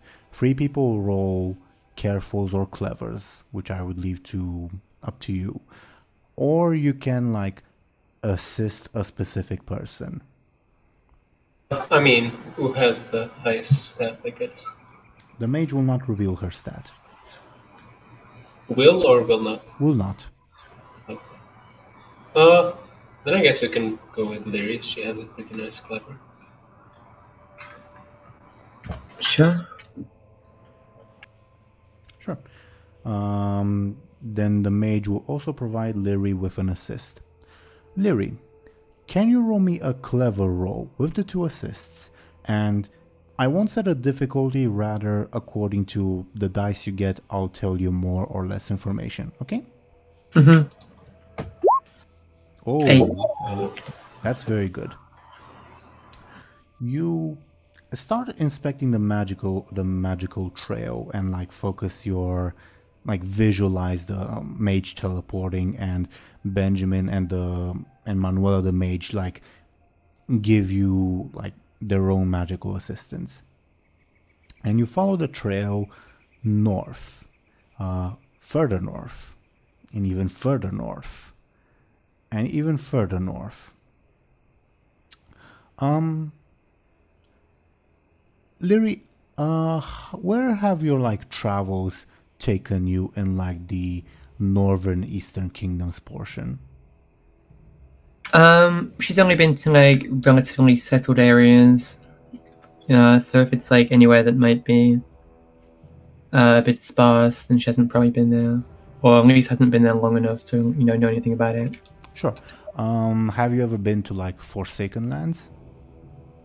Oh, sure. Sure.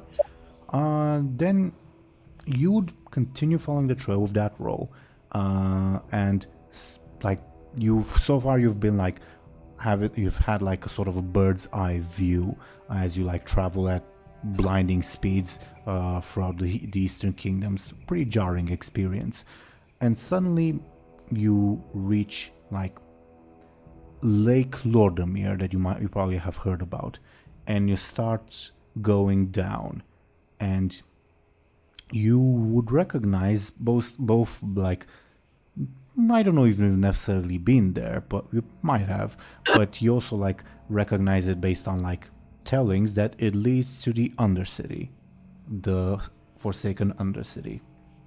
Okay.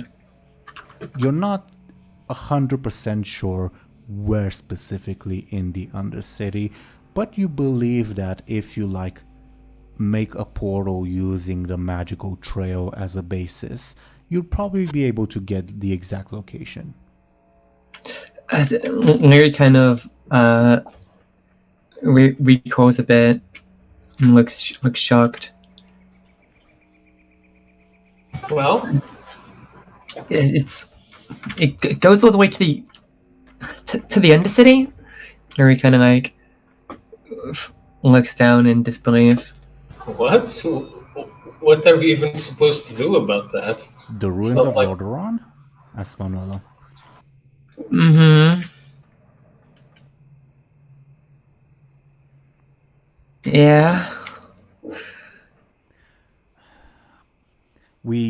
She like looks at the guards. We aren't exactly built to invade the Undercity.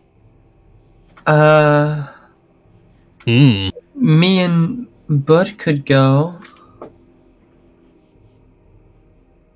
I guess so. Go to City of Under. But how will we get back? Wait, why are we going to the Undercity?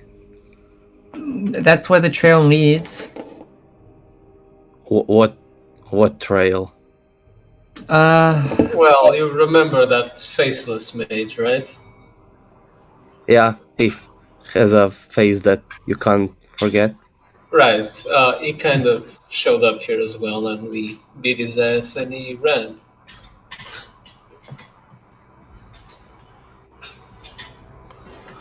And why should we follow him? Well, because he's a danger to us. And Stormwind. Yes. Honestly, this is Manuel speaking. I believe we should probably just report this to the king and leave it up to him if he decides to send a covert mission, or if this is a horde attack, it means it's bigger than just a Stormwind conspiracy. Well, it's obviously a horde attack.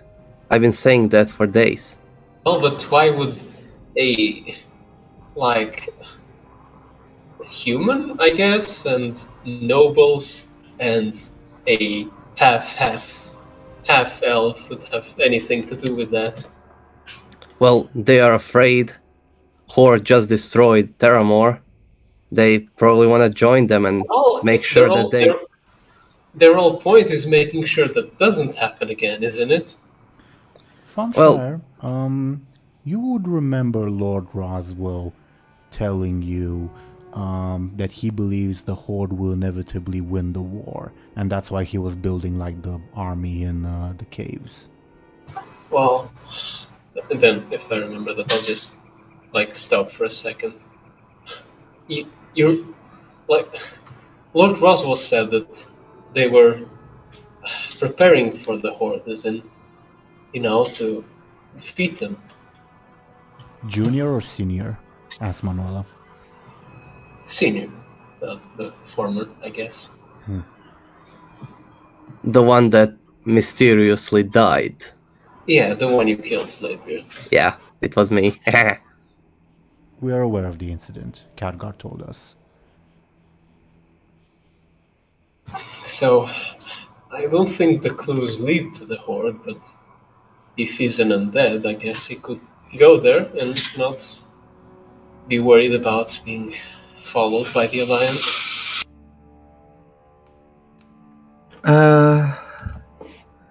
I mean, me and Buhd could just quickly take him out in the Undercity, right? I wouldn't say easily. I assume there's guards and people and all sorts of horrible abominations. And the yucky green goop. Also, there's more of them in Stormwind. I met another guy that we didn't kill. Also, the Elfswitch chick escaped. There's more trouble in Stormwind. What do you mean escaped? Right, maybe... Wait, what do you mean she escaped? Were you with her? Yeah, I was fighting her, then guards showed up, and then... Where? In Stormwind. Where in Stormwind? In that old tavern that you told me about. Their hideout? Yeah. Well, was there any information there? We discovered documents that prove your innocence, yes. Wasn't there anything else pointing to their plans or whatever they're doing and whoever they're with? A register detailing bribes that is still being looked at. Alright. Considering Undercity, I think it's just best we analyze whatever we have and find our best course of action, really. Mm-hmm. Above board information that Lyri would know, and maybe even Benjamin. If you were to teleport right now, you would be able to go more or less close to where Castilian teleported in the other city. But if not, if you don't teleport right now, well, you do know that he went to the Undercity. And feel free to speculate more specifically, I suppose.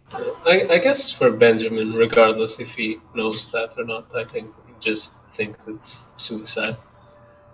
Understandable. By the way, sorry, Zelris, speaking of infiltration, but do you return Benjamin's orb? And other objects, I guess.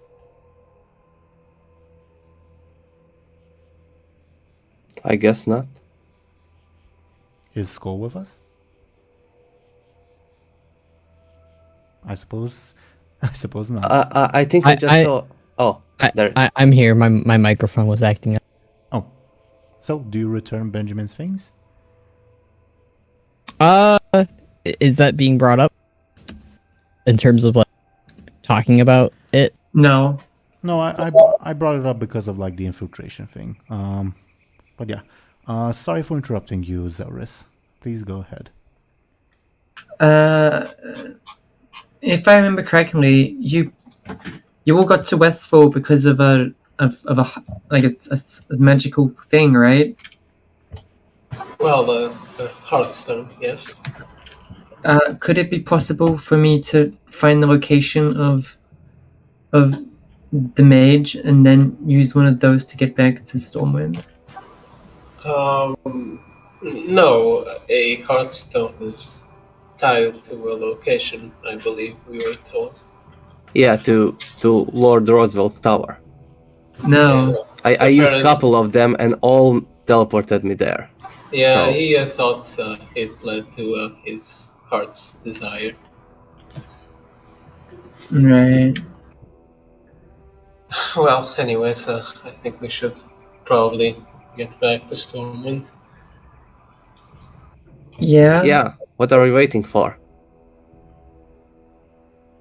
Are we not going to City of Under? No, why would we? Oh, I thought that was planned. Again, this is Manuel speaking. I believe we should report this to the king, but you are free to do whatever you'd like. I just won't send my men with you to die in the Undercity. Yeah, let's go back to Stormwind. You report your stuff, and we'll go our own way. Well, we can just leave this. We're involved, and they know we're involved. They're But gonna come for us at some point. It's just like we can ignore this. If it comes for us, it comes for us. Well, but they made their entire plan around having us imprisoned or whatever. Well, we proved that we are innocent. Well, still, I just mean that we're important somehow in this grand scheme of things. I don't know. I say we go to Stormwind and Figure it find out. a way to get out of Stormwind and never see those guys ever again. Well, aren't you worried for your mom? They can just come She's for in her. Stormwind. Well, that's not my point. I just mean we need to take care of this so that we don't have to worry about anyone's safety. And ours. Well, I don't need to worry about her safety if I'm in the same city as her. Well, if you're drinking in wherever inn and she gets murdered at home, how are you gonna know? Well, I'm gonna get her out of the Stormwind.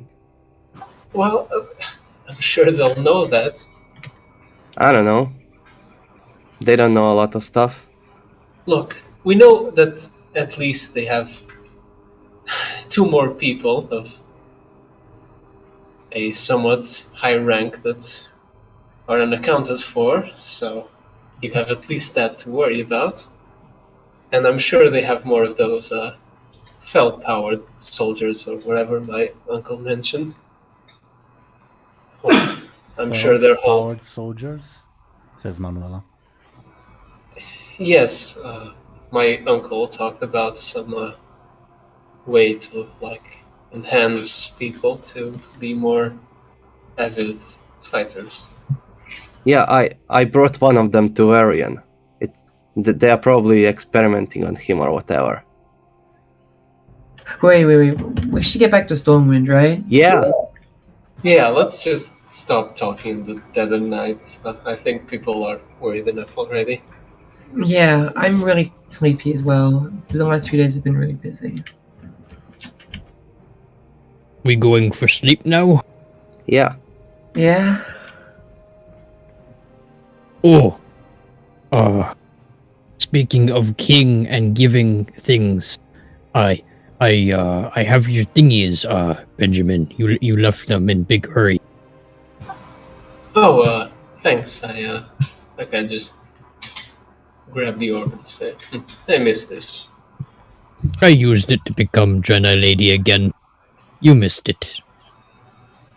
Yeah, a shame, I guess. Yeah, Did very, you- very, very fun hijinks. Yeah. Did you not forget to shirt this time? Oh, I remember shirt this time. Oh, okay. Good. Yeah. Good.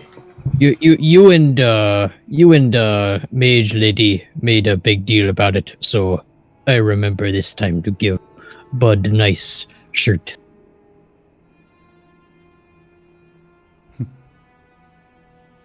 So what's the plan specifically? Are you guys returning to Stormwind? Yeah. Yeah?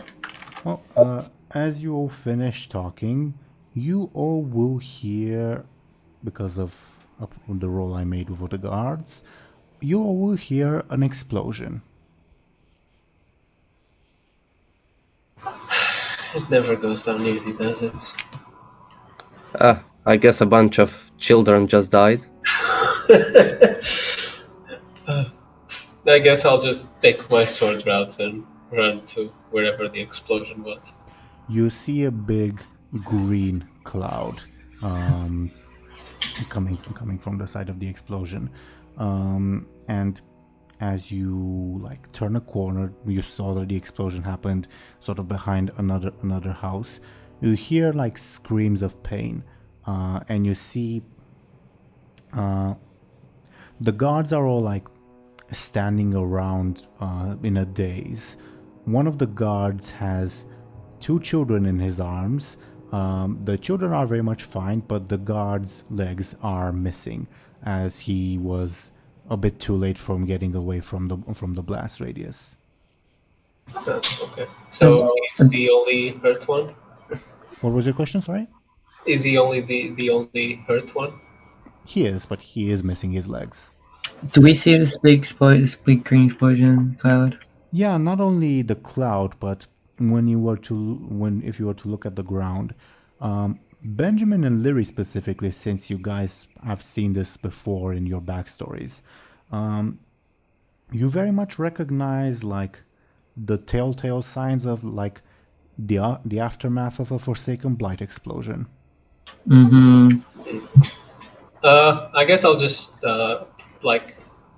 pull my scarf up and try to drag the guard away from the green fog smoke thing. That's light, right? And I just cough and just say, "Yeah, let's just take them out of here." Very a fair bit away. Are you sure? Sure of what? Shouldn't we get healers? Yes, but in the meantime, the scarlet will have melted.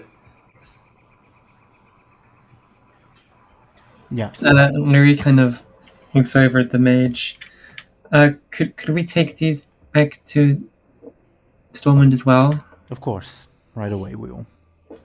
Mm-hmm. And another guard who was nearby say we were too late. We the two kids were playing with them and they were already lit when we got here. Well, at least the kids are fine. Yeah, they run crying off, and well, a guard will catch them and like give them a scolding, pretty much. As like the local populace also like gathers around to see what the hell just happened.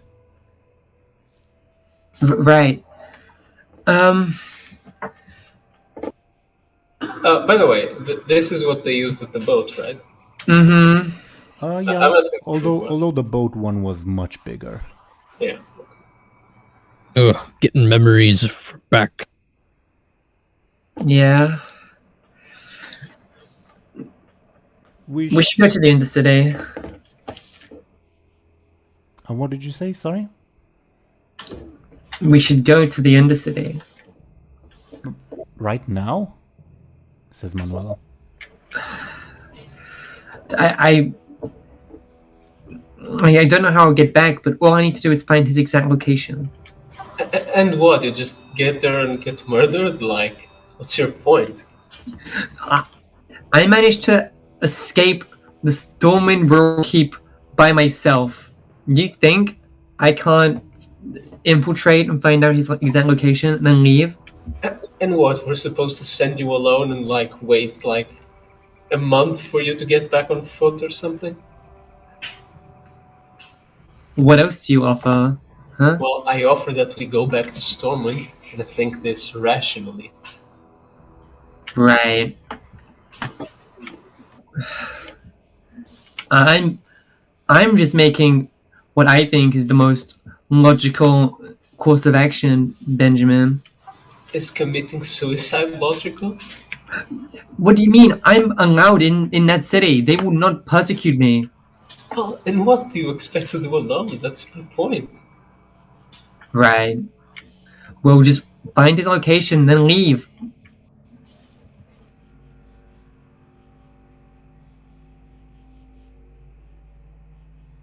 Well, and how do you intend to get back? I don't know. Well, don't you think you'll change locations in the time you'll be back?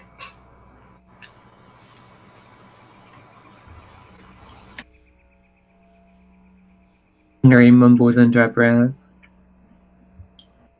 Look, I get it. I know what you're feeling, but we really should think this through and not act just irrationally. Mm-hmm. Right. If you so desperately want to infiltrate the Undercity, I'm sure the king could provide you with more of pointing at Benjamin's orb. Hmm? Well, Yeah. She says this like mainly to Benjamin and Bladebeard, who like would have trouble fitting in. Well, they are easily disturbed by magic, and any mage would see through the disguise.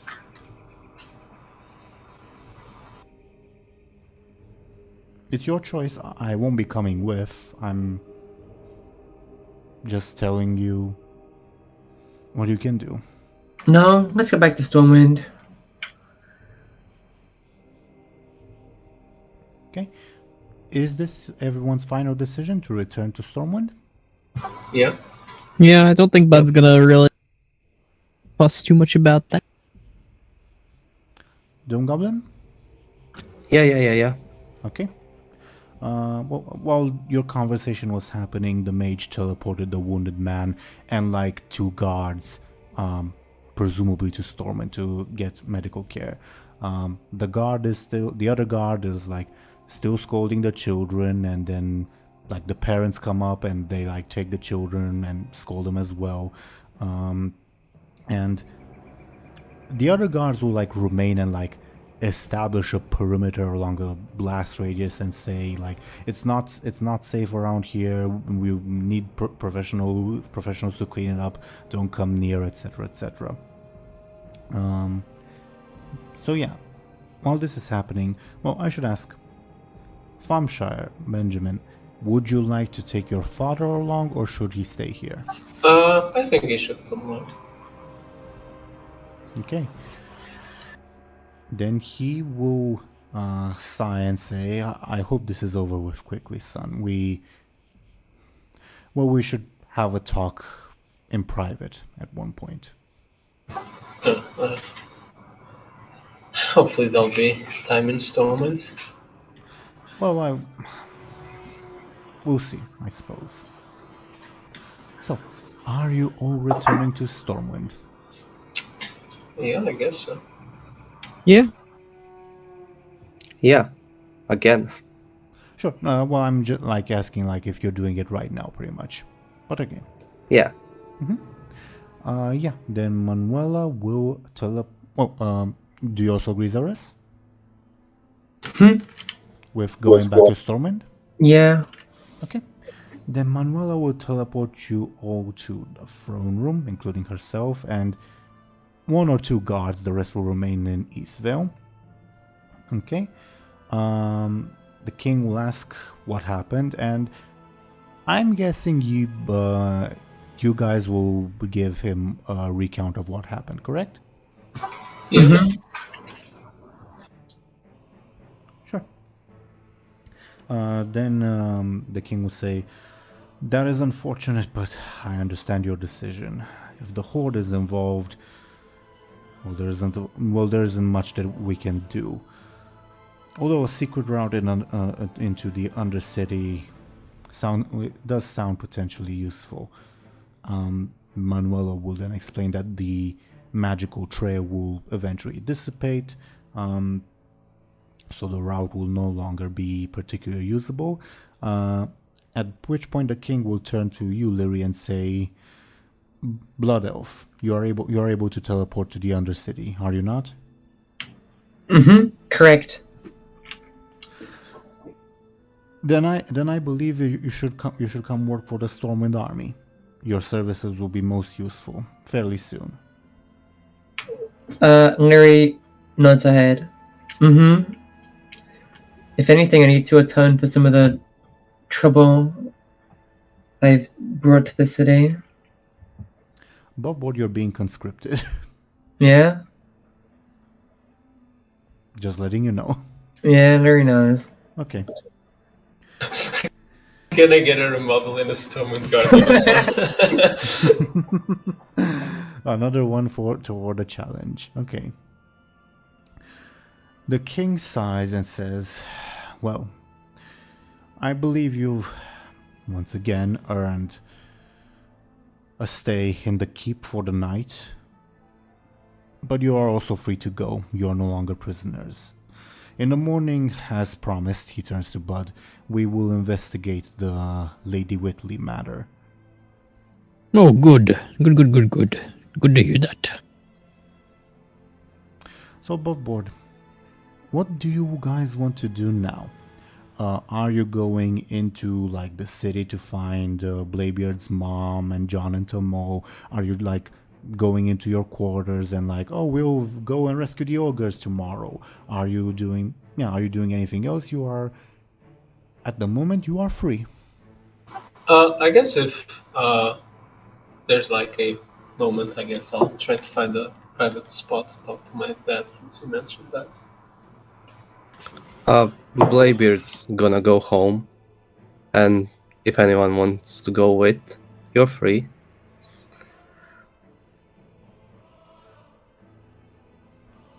Well,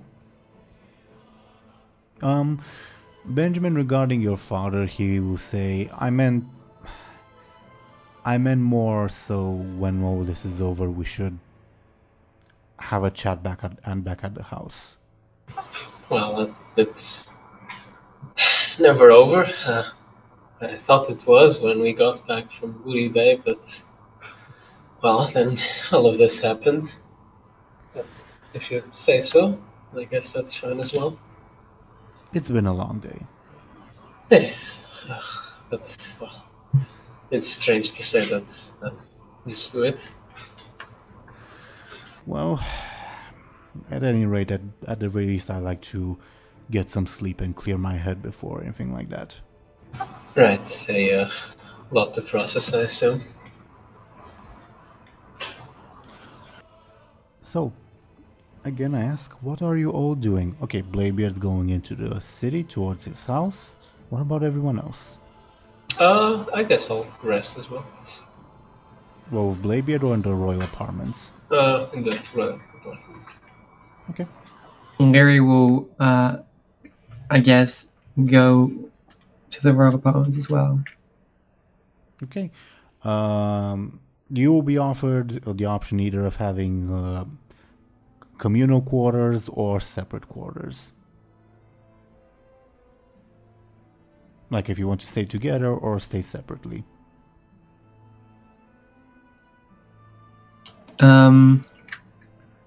Lyri kind of looks at Benjamin. I kind of just shrug. They want to talk with you. Okay.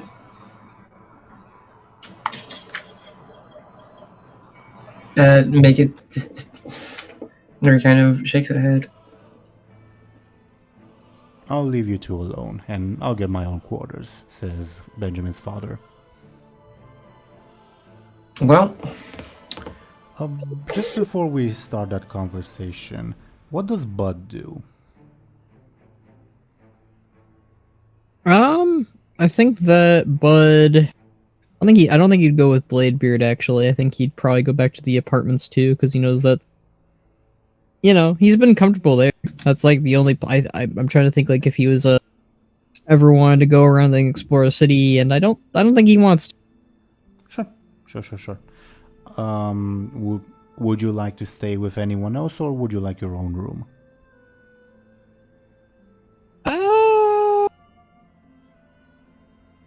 I think Buhd would like to be with someone, but that's up to them, I guess. Yeah, sure, that's fine. Okay.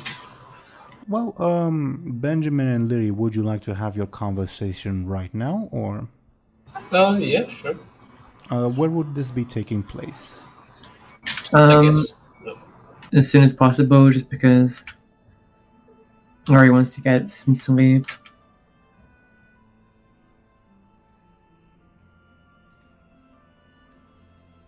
Okay. Your choice. I'm guessing Buhd would ask Benjamin, "Hey, can I bunk with you?" Benjamin would say, "Yeah, sure." Lyri, you want your own rooms, correct? Or would you like to bunk with Benjamin and Buhd? Lyri wants her own room. Sure thing. So I'm guessing this conversation would take place either in the hallway or in one of the rooms before you go to your own rooms. I leave it up to you. Mm-hmm. Yeah, I guess we can walk and talk and then go to whichever room. Yeah. Go ahead. Well, what is it then? Well, I saved your father, right, Benjamin? Yeah, you did. Mm-hmm. Do you... Those people... Those kids almost died because of us, Benjamin. Look, I get it, but, you know... Look, it just wasn't a matter of... We had a lot of things on our hand, okay? Mm-hmm. And listen, I have no qualms with killing people, but I thought that surely we should have just, like, finished everything off now, but no one else was... Well, but the thing is, that that just wouldn't work. Like, what were you even expecting to do? What do you mean? Okay, have it your way. What would you do? Lyri rolls her eyes. I've already told you this. Well, and I've told you what would happen. You would go there, you would probably get killed, or assume you didn't, you know where he is, you get back, you tell us, we go there, there's no one there. Because if he's smart, he won't be there for long.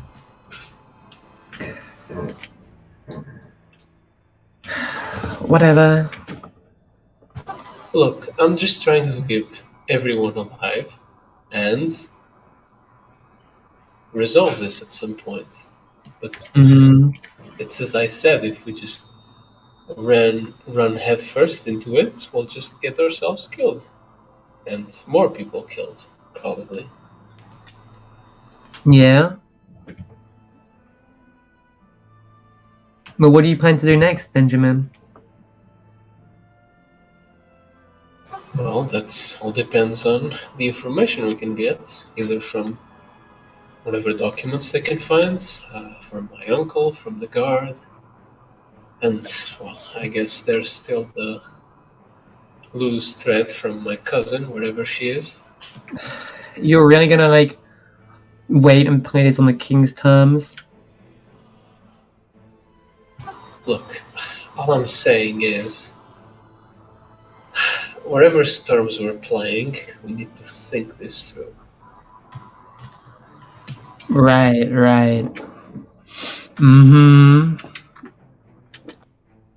You know, they thought better of you. So, what do you expect me to do? Just tell me.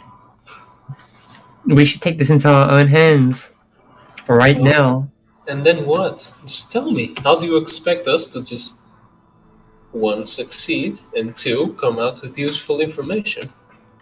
Didn't Bladebeard say they met other members of the conspiracy? Well, they're probably being interrogated right now. Well, I say we go in and talk with them ourselves. And get another crime on your hands? Be sent to the stockades again? And this time, you're actually to blame. Well, all I want is to get out of this city, alright? Oh. And I don't want to be hunted down by any of the people we met so far. Stormwind or not, will be hunted. My uncle has made that clear. Exactly, that's why we need to get them now, right? Wipe them out of the city. That's the thing, they're probably not just here. You saw Roswell, he was in league with them, and he was in Westfall. So maybe there's someone in Aaran Forge, in Nomragan, Light Notes. Listen, I just think you're playing a bit too nice. Look, maybe I am, but I just don't... I want to do this right. Just... That's it.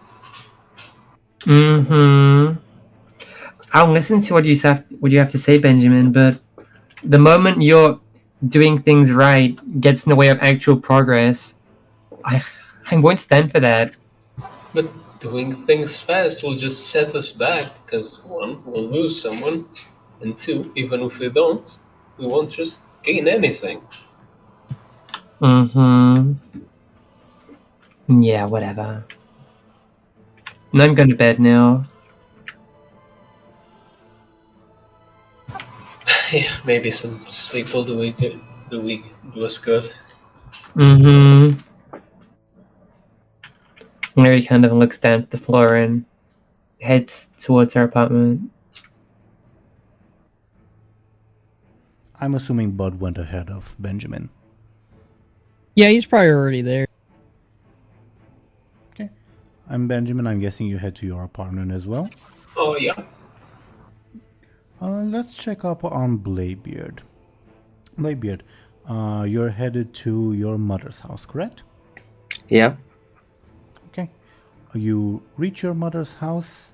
You open the door, it's unlocked and there's nobody there. Except your cat. Tamal, John, you here? Oi, feed me! Who said that? Feed me! Do I see that cat is Give me a saying careful. that? Give me a careful.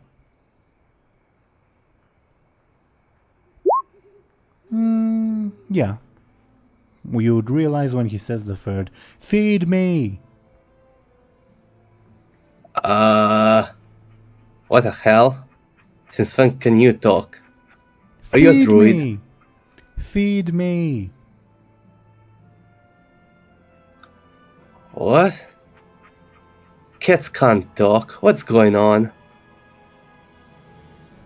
Feed me! Reminder, you promised to feed him. I'm gonna go to my mother's room. Ignoring the cat. Sure. He would come after you and like rub his head on your next to your foot, and he would say, "Feed me." Yeah, wait, just wait a second. Okay. Yeah, you go to your mother's room. Nobody there. God damn it. I'll go to Golden Keg then. Feed me! Shut up! I'll feed ya. Just wait. Feed me! And I'm guessing you slam the door in his face. Yeah. You can. Do you go to Golden Keg then? Yeah. Okay. Give me a moment to put some stuff on screen. Yeah, you would get to the Golden Keg where you hear that there's a big freaking party going on. And there you will see, as I put them on screen, well, you'll see Tomo and John. John is, well, dancing with your mother. Tomo is just sitting there at the table with a mug in hand, unsure what to do with it. And give me a second, please, while I look up some icons. Apologies for this. So yeah, you see Tomo. I'm so sorry. So you see your mother dancing. I can't find your mother's token right now. I'll put it on the board as soon as I find it. She's dancing with John. Tomo is sitting at a table like with a drink in hand, like he looks, what the fuck am I supposed to do with it? And he is chatting with this lady. Or no? Is she the Draenei from Booty Bay? Remind me. Yeah, actually, I think you did see her. Yeah, Well, she tried to kill me. very true. And that is her. And there's your mother. Yeah, you would recognize her. You haven't seen many Draenei rogues. Well, they're only introduced in the next expansion, so Madams. makes sense. All right. Also, Tauren rogues. Oh,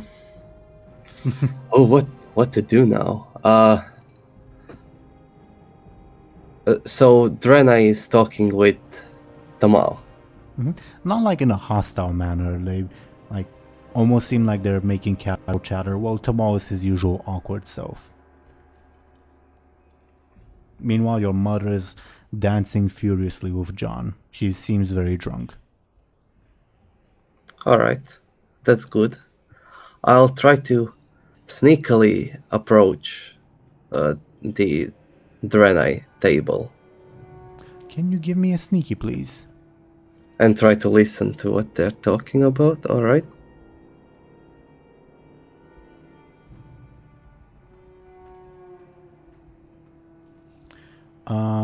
Tomo doesn't see you, well, you tie with him, but the Draenei sees you, and she like turns, looks straight at you, and she says, "And I believe this was the one you were talking about?" And Tomo also turns in your direction. Ahoy there. "Hello, Captain. Your mother is quite safe?" "Yes, she is. Come sit, please." Oh, I take a seat. I don't believe we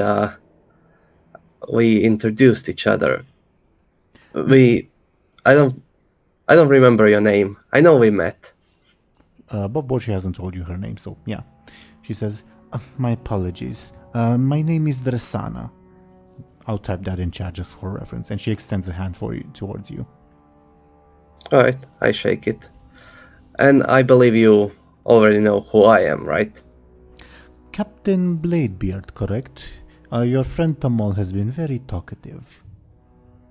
Yeah. I'm Captain Bladebeard. We met before on that Blood Elf boat, and once more in Booty Bay. Yes. You jumped out of an item that I had. I suppose you could say that, yes. So what brings you here, to Stormwind? I'm a citizen of the Alliance. I'm allowed to visit the tavern and enjoy the drinks, yes? Yeah, but you're also an agent of the Burning Legion, right? She laughs out loud and says, "I'm a Draenei, Captain Bladebeard. I do not serve any legion." Sure. Feel free to like have our roll sneaky versus your careful if you'd like. No, I don't believe her. Sure thing. So, so be it.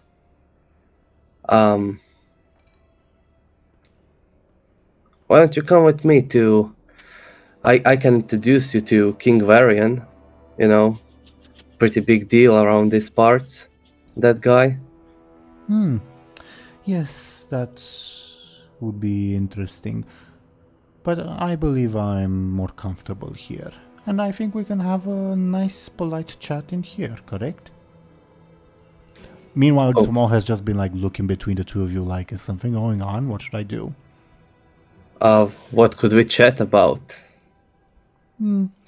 Life, mutual goals, mutual threats, mutual misunderstandings. Yeah, a lot of those lately. I suppose. So, what is your goal? What do you want? First, let's order some drinks. Yes? Mr. Tomol, could you be a dear and get us some of the house special? Tomol looks at you, Bladebeard. Yeah, if you would be so kind. Right away, Captain, Madam. And he gets up and will go and get the house special, which you know is a type of like traditional dwarven ale. Alright. And she says, "Oh, been a couple of days since we last saw each other. I didn't have the chance to properly introduce myself then. I apologize for being impolite." Yeah, no worries. I didn't even introduce myself. I don't think so. "Oh, but we do know who you are. You did not know who I am. Now you know. We are even, I suppose, yes?" Kinda. I mean, you know, you try to kill me, but I still haven't tried to kill you. So, you know, not really that even. Can you tell me, just out of curiosity, what happened to, the orb? Which one? The one the big battle was all about. Oh, it was taken probably to Dalaran. I suppose we expected as much. She motions for you as if, do you want to ask me a question? I mean, what's the point of me asking you questions if you ain't gonna be honest. How do you know I will not be honest? I have told you my name. Sure, I mean, well, are you with the secret club here in Stormwind? The one with fell humans and Chloe's and Elsvis? You again stereotype us, Captain, but yes, and I believe that's a fairly obvious question to answer. My turn. What do you want to do now, you and your friends? Well, some of them, the more heroic ones, seem to want to continue fighting your group. Go to, like, Undercity or whatever. I kind of just want to get out of this place and forget about you. Undercity? Why Undercity? I don't know. They did some magic stuff and suddenly started talking about the horde and undead and stuff. I see. At this point, Tamal will return with the drinks. He will set 1 mug for each of you, and Dressana will turn to him and say, "Why don't you join your friends on the dance floor? You can keep watch over us from a distance, but I'd like to talk with your captain in private. Is this acceptable?" Turning to you, Bladebeard. Yeah, sure. You can go dancing, Tamal. Very well, Captain. And he will proceed to do that. You'll see that you remember he had a mug that he wasn't sure what to do. He'll hand it to your mother, who will drink it very, very happily. Dressana will lift up her mug and she'll say, "Two mutual misunderstandings." I click her mug with mine. Mm-hmm. Cheers. Can you roll me a careful?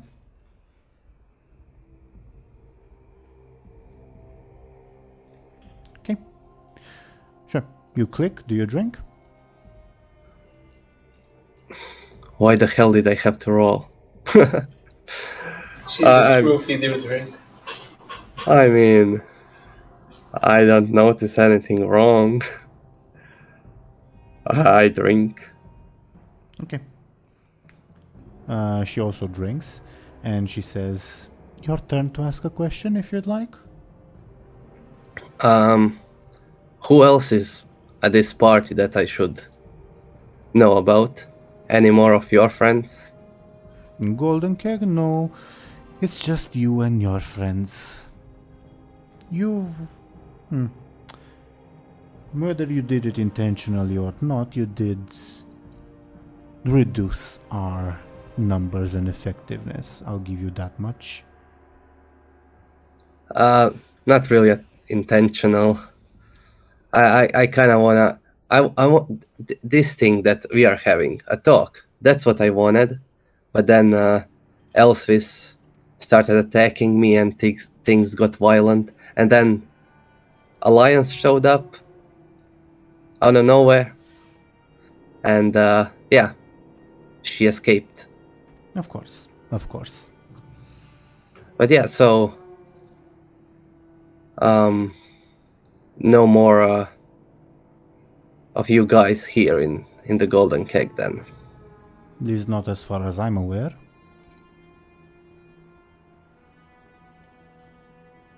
Alright, I guess your turn.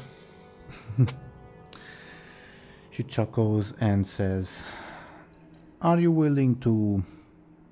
Well, how much do you value your own personal safety, Captain Bladebeard? Would you value it over the lives of your friends?" Sure. Yeah, let's say yeah. And hypothetically, if we'd ask you to turn a blind eye at a certain point, in exchange for your safety, of course, would you? Yeah, of course. Then I shall take you to your word. And she drinks from her mug again. It is your turn, if you'd like. Yeah. Fuck, I had a question. I forgot about it. Wait, what did I want to ask? Oh boy. No, I don't know. Let me think of something else. So, what was your goal again? Your whole group. I didn't even come to that part with Elvis. I have no idea what you're planning, what your goals are. Well, let me ask a clarifying question. Do you mean our goal in general or our goal regarding you and your friends? Actually, tell me, what kind of organization are you? Are you like criminals? Are you warlocks? Demon worshippers? What do you want? I would not call us worshippers of anything. We are, well, all the members joined for different reasons, I suppose. I joined for a better future, personally. I can't speak for most of the other members. Well, poor Elswith, who you chased out of town. By the way, did you know she returned to her estate in Westfall? Something to keep in mind. Poor Elswith wanted our help to revive her failing house. You know that apparently she's somehow related to the king or the prince, I don't really care. But times have been rough on her house. She wanted our help. And now she's, well, not really of much use to us. Feel free to kill her if you want. I'll keep that in mind, alright. So her goal was just to get richer, and you want like a better future? Well, not necessarily richer, just better status. You know, I think her family used to be, I think she was one of her relatives was the king's wife, and well, things were going well for her little family, and when the king's wife died, things stopped going that well. She probably wanted something about that. Don't know about riches, but there are other forms of power other than money, you know. As for me, a better future, I suppose, would be the right word.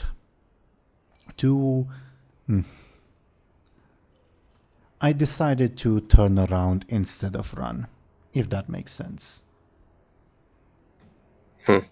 I guess. So your goal is a noble one, and you're working with someone who,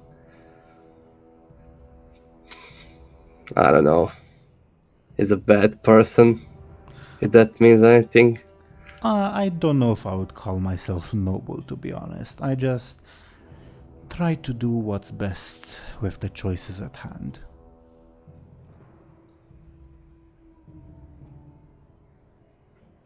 All right. How did you know that you would meet me here? That's... You were obviously prepared for. Oh, I believe that was my turn, was it not? Oh yeah, sure. What do you think of Lady Ember Sorrow and Mr. Aaran specifically? Among your friends? Oh, do I think that they are a thing? You know, I don't know. I believe they mentioned that they were I meant your opinion on them. On their relationship. On they are people. cousins, but huh? On them as people, dear Captain Bladebeard. As people. Do you consider them friends? Do you consider them allies? Bladebeard is gonna lie and say no. Can you give me a sneaky? I'm gonna use my stunt. Okay, duly noted. No, honestly, I kinda find them annoying. I can understand. Both of them tried to kill me. One of them succeeded. So, Oh, succeeded. Then why are we? Then how are we talking? well, I escaped death. I guess. Oh, I suppose that will be my next question, but I believe it's your turn now. What was it that you asked me? Yeah, how did you know that I would come here? Honestly, it was mostly blind luck. I happened to be here. I saw your mother come in. I thought, oh well, if your mother's here, I'll probably be here. So, And you then, you knew about my mother. of course, She isn't that famous. Not as famous as me. we take interest in those we take interest in, I suppose. And when we take an interest, we find out information, whatever that may be. Sure. Does that answer your question? Yeah, I guess. Blind luck. Alright. Most of the things that I do are sometimes blind luck. Of course. So, and speaking of, how did you escape death specifically? Oh, through some dark powers, some evil dagger that can talk. She told me like, yo, you wanna die or you wanna like live? And I was like, sure. I would like to survive. A dark dagger. Yeah, Zalatat was the name. But she's also in Dalaran now. Like the orb. Interesting. I thought that actually once I left the dagger or if someone took it that I would die, but that didn't happen, so I'm not like, I don't know, connected with it. I survived and now I can go on my own. Well, for what it's And, worth. and as far as I know, I'm still normal. I'm not like an undead. I'm not rotting. For what it's worth, I am glad that you are here, among with us and living, let's say. Yeah, me too. I like living. Being dead is boring. It is your turn, if you will.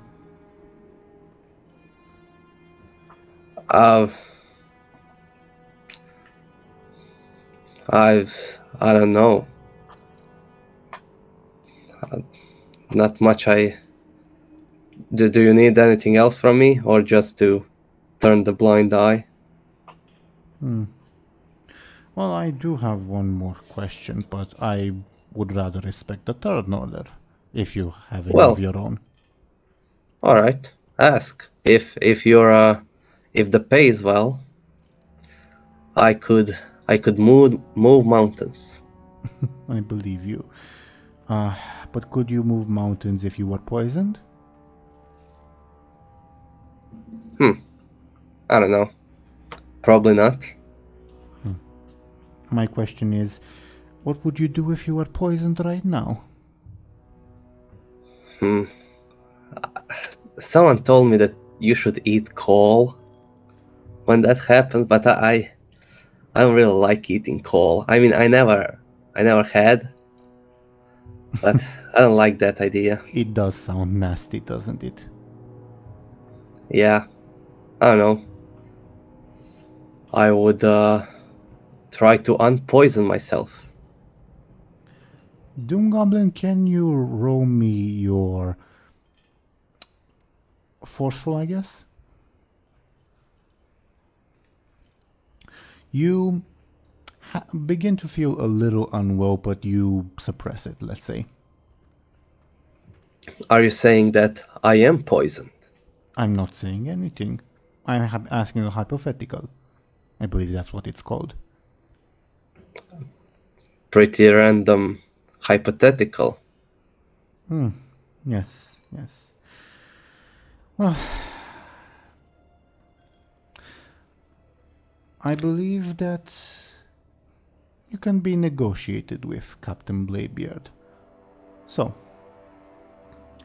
how do you propose that our relationship move forward?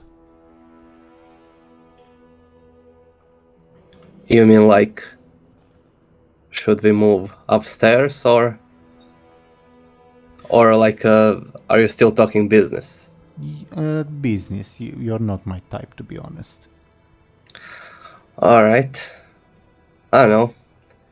If you need a help from one of the most skilled pirates in the world and you have money to pay for it, we can do some business, but if not, we just go our own ways. Can you roll me a careful or forceful again?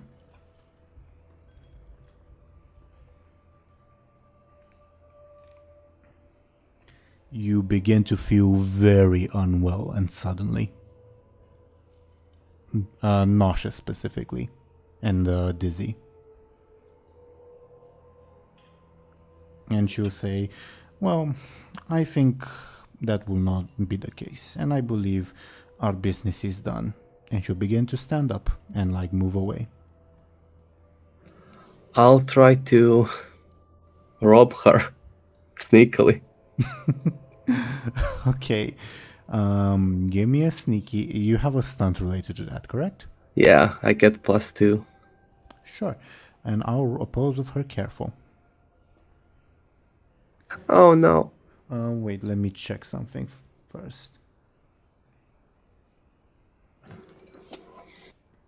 I'll re-roll if she wins. All right, I'll use the pirate captain. My pirate captain aspect to re-roll.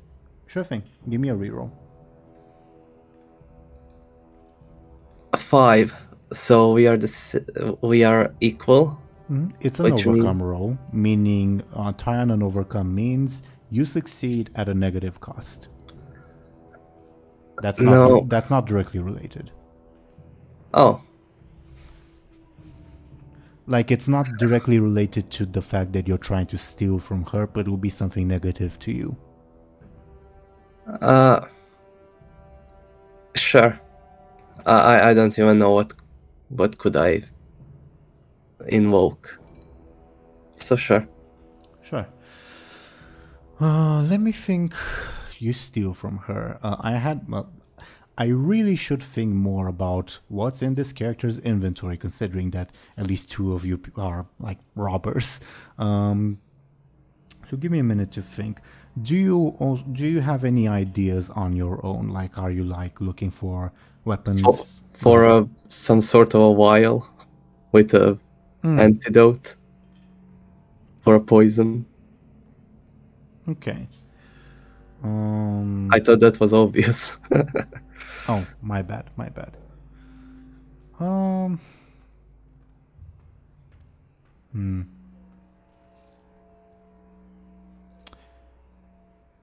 Sure, I'll give it to you, but but the negative thing will happen. Like, you take the vial, but the negative thing happens before you can like take it. Okay? Consume it. That is. All right. The poison kicks in much stronger than before, and I need you to roll me a careful or forceful again.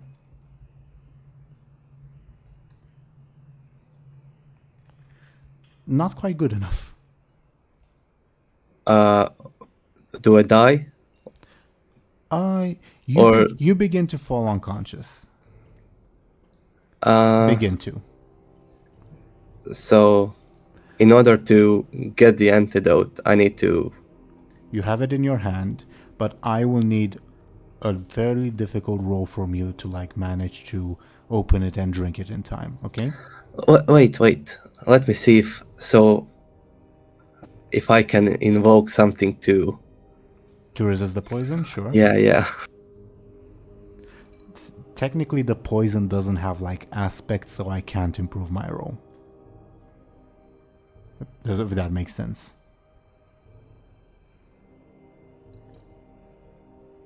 Oh, I could have.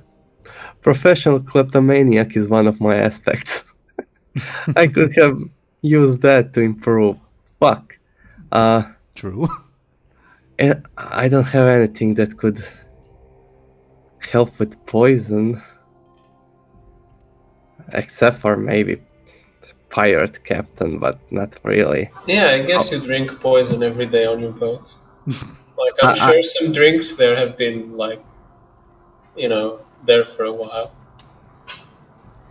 Not quite the same thing, but again, DoomGoblin, I'm not necessarily excluding pirate captain.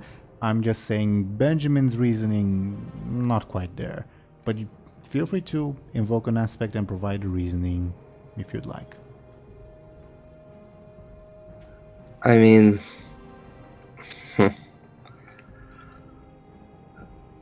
I don't know. Because he's a pirate captain, maybe, he's a sturdy man, very physically strong. He was exposed to elements many times, and he wasn't really exposed to poison, but I don't know. He has a better constitution than an average person. If I had a dwarf somewhere, I could probably invoke that, but I don't have it written that he's a dwarf in his aspects. Well, let's roll. I'll leave it to chance to see if pirate captain would apply with that explanation. Okay? Sure. I'm going to roll D2. 1 will be it applies, 2 it'll be not quite good enough, but you can improve your explanation if need be. Okay? All right. Not quite. Nope. I guess I die. New character. I didn't say I didn't say I know. Do you guys have any ideas?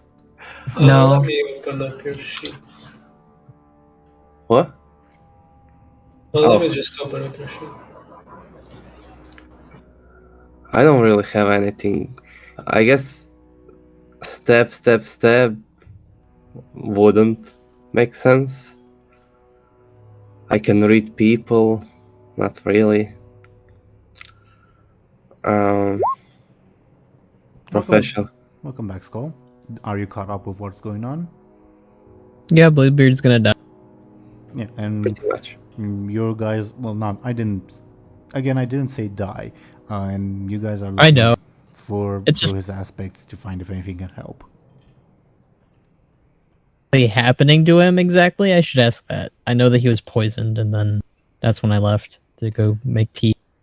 He failed a roll and he's about to collapse, and he needs to find a way to invoke an aspect that would help him in resisting the poison long enough to ingest the antidote.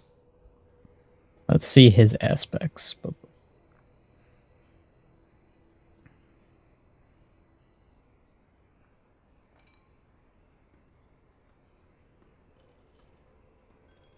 And again, DoomGoblin, I'm not excluding Pirate Captain, I just need a bit more of an explanation as to why that would be helpful, if that's an option, okay?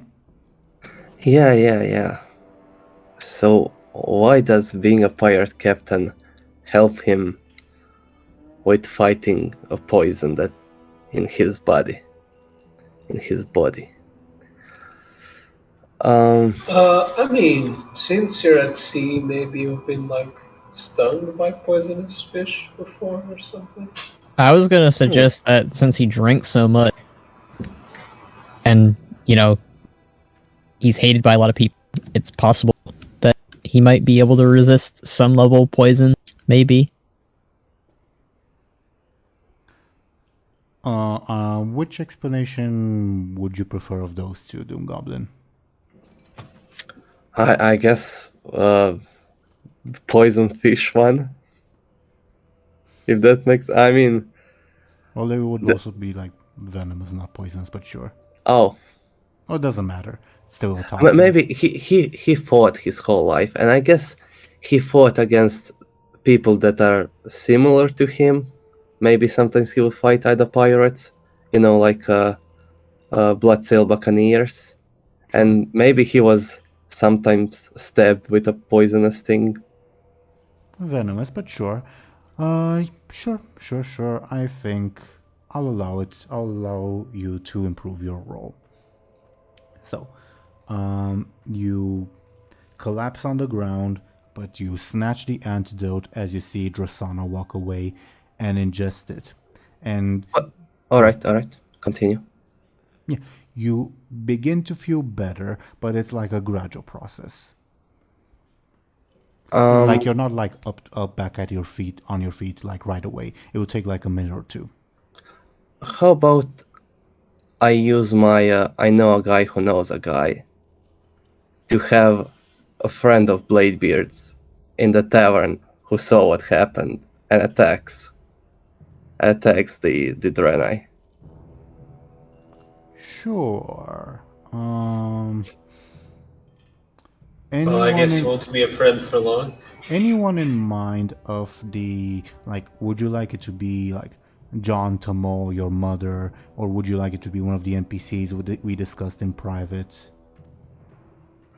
I don't know if anyone we discussed in private would fit.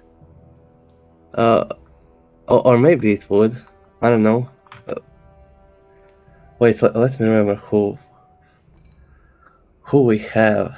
There was one with the dog. Mm-hmm.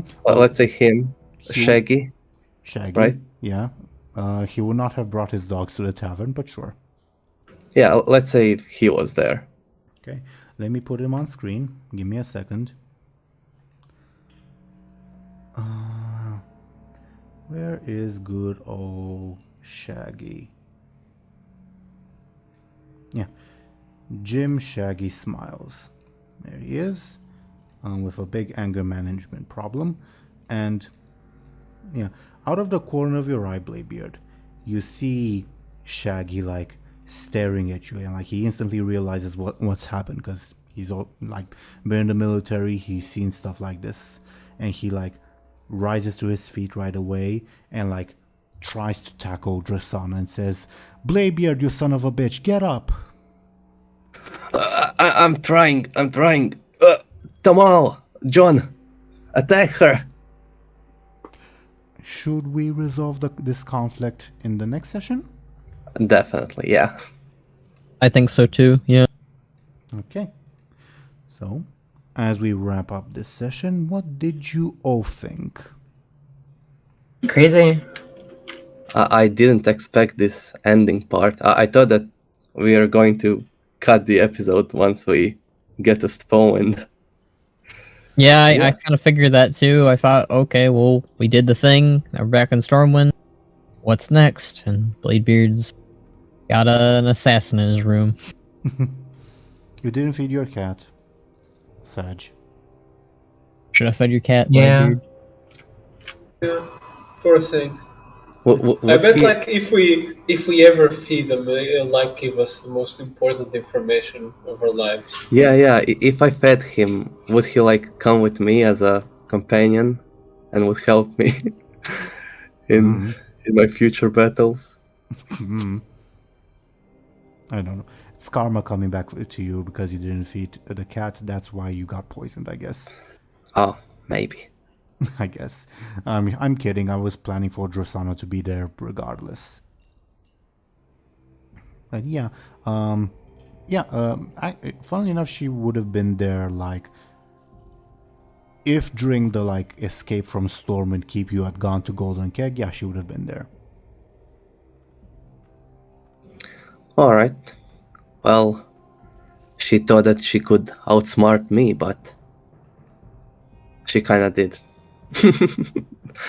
Well, we're gonna kill her in the next episode. Don't worry. Unless she escapes, like Chlois and Elsvis and Seema and everyone I fought in this season. Who knows? Who knows? You do have a bad track record. Who knows? But that was only like the latter part of the session. What did you all think of the rest of the session? It was fun. I liked the RP we did at Benjamin's house. I agree. Zelris Lyri's reaction was priceless in the NSFW scene. Yeah? It was really funny. I'm glad. For the record, you brought that upon yourself when you tried to push me. Yeah. That's fair. I also I asked you all before the session started. I didn't get to ask you, Zelris, my bad. I asked you all, where did you think Castilian teleported to? Out of curiosity, Zelris, would you have guessed the Undercity? No. Where was the Undercity? Crazy. Yes. Yeah. So that's an interesting avenue to explore in the future. Yeah. I don't want to monologue at this point. What are your guys' thoughts on the session as well?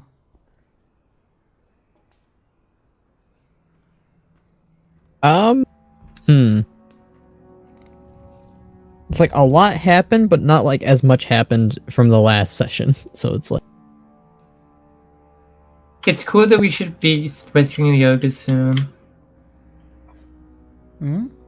Oh, if Bladebeard survives and all that, yeah. Yeah. Yeah, we got 20 minutes of not being under horrible danger, so that's always nice. yeah. Pretty much. We had some bird soup, some exquisite bread that no one commented on, so I'm pretty sad for having wasted. Wait, Buhd did. I'm upset now. But Buhd talked about how much he liked the bread. Did he? Maybe he did. I said it very briefly before they left. Was Isla there when you provided the bread? I don't quite remember. No. I think she left. Okay. Yeah. Well, she would have only cared about the booze anyway.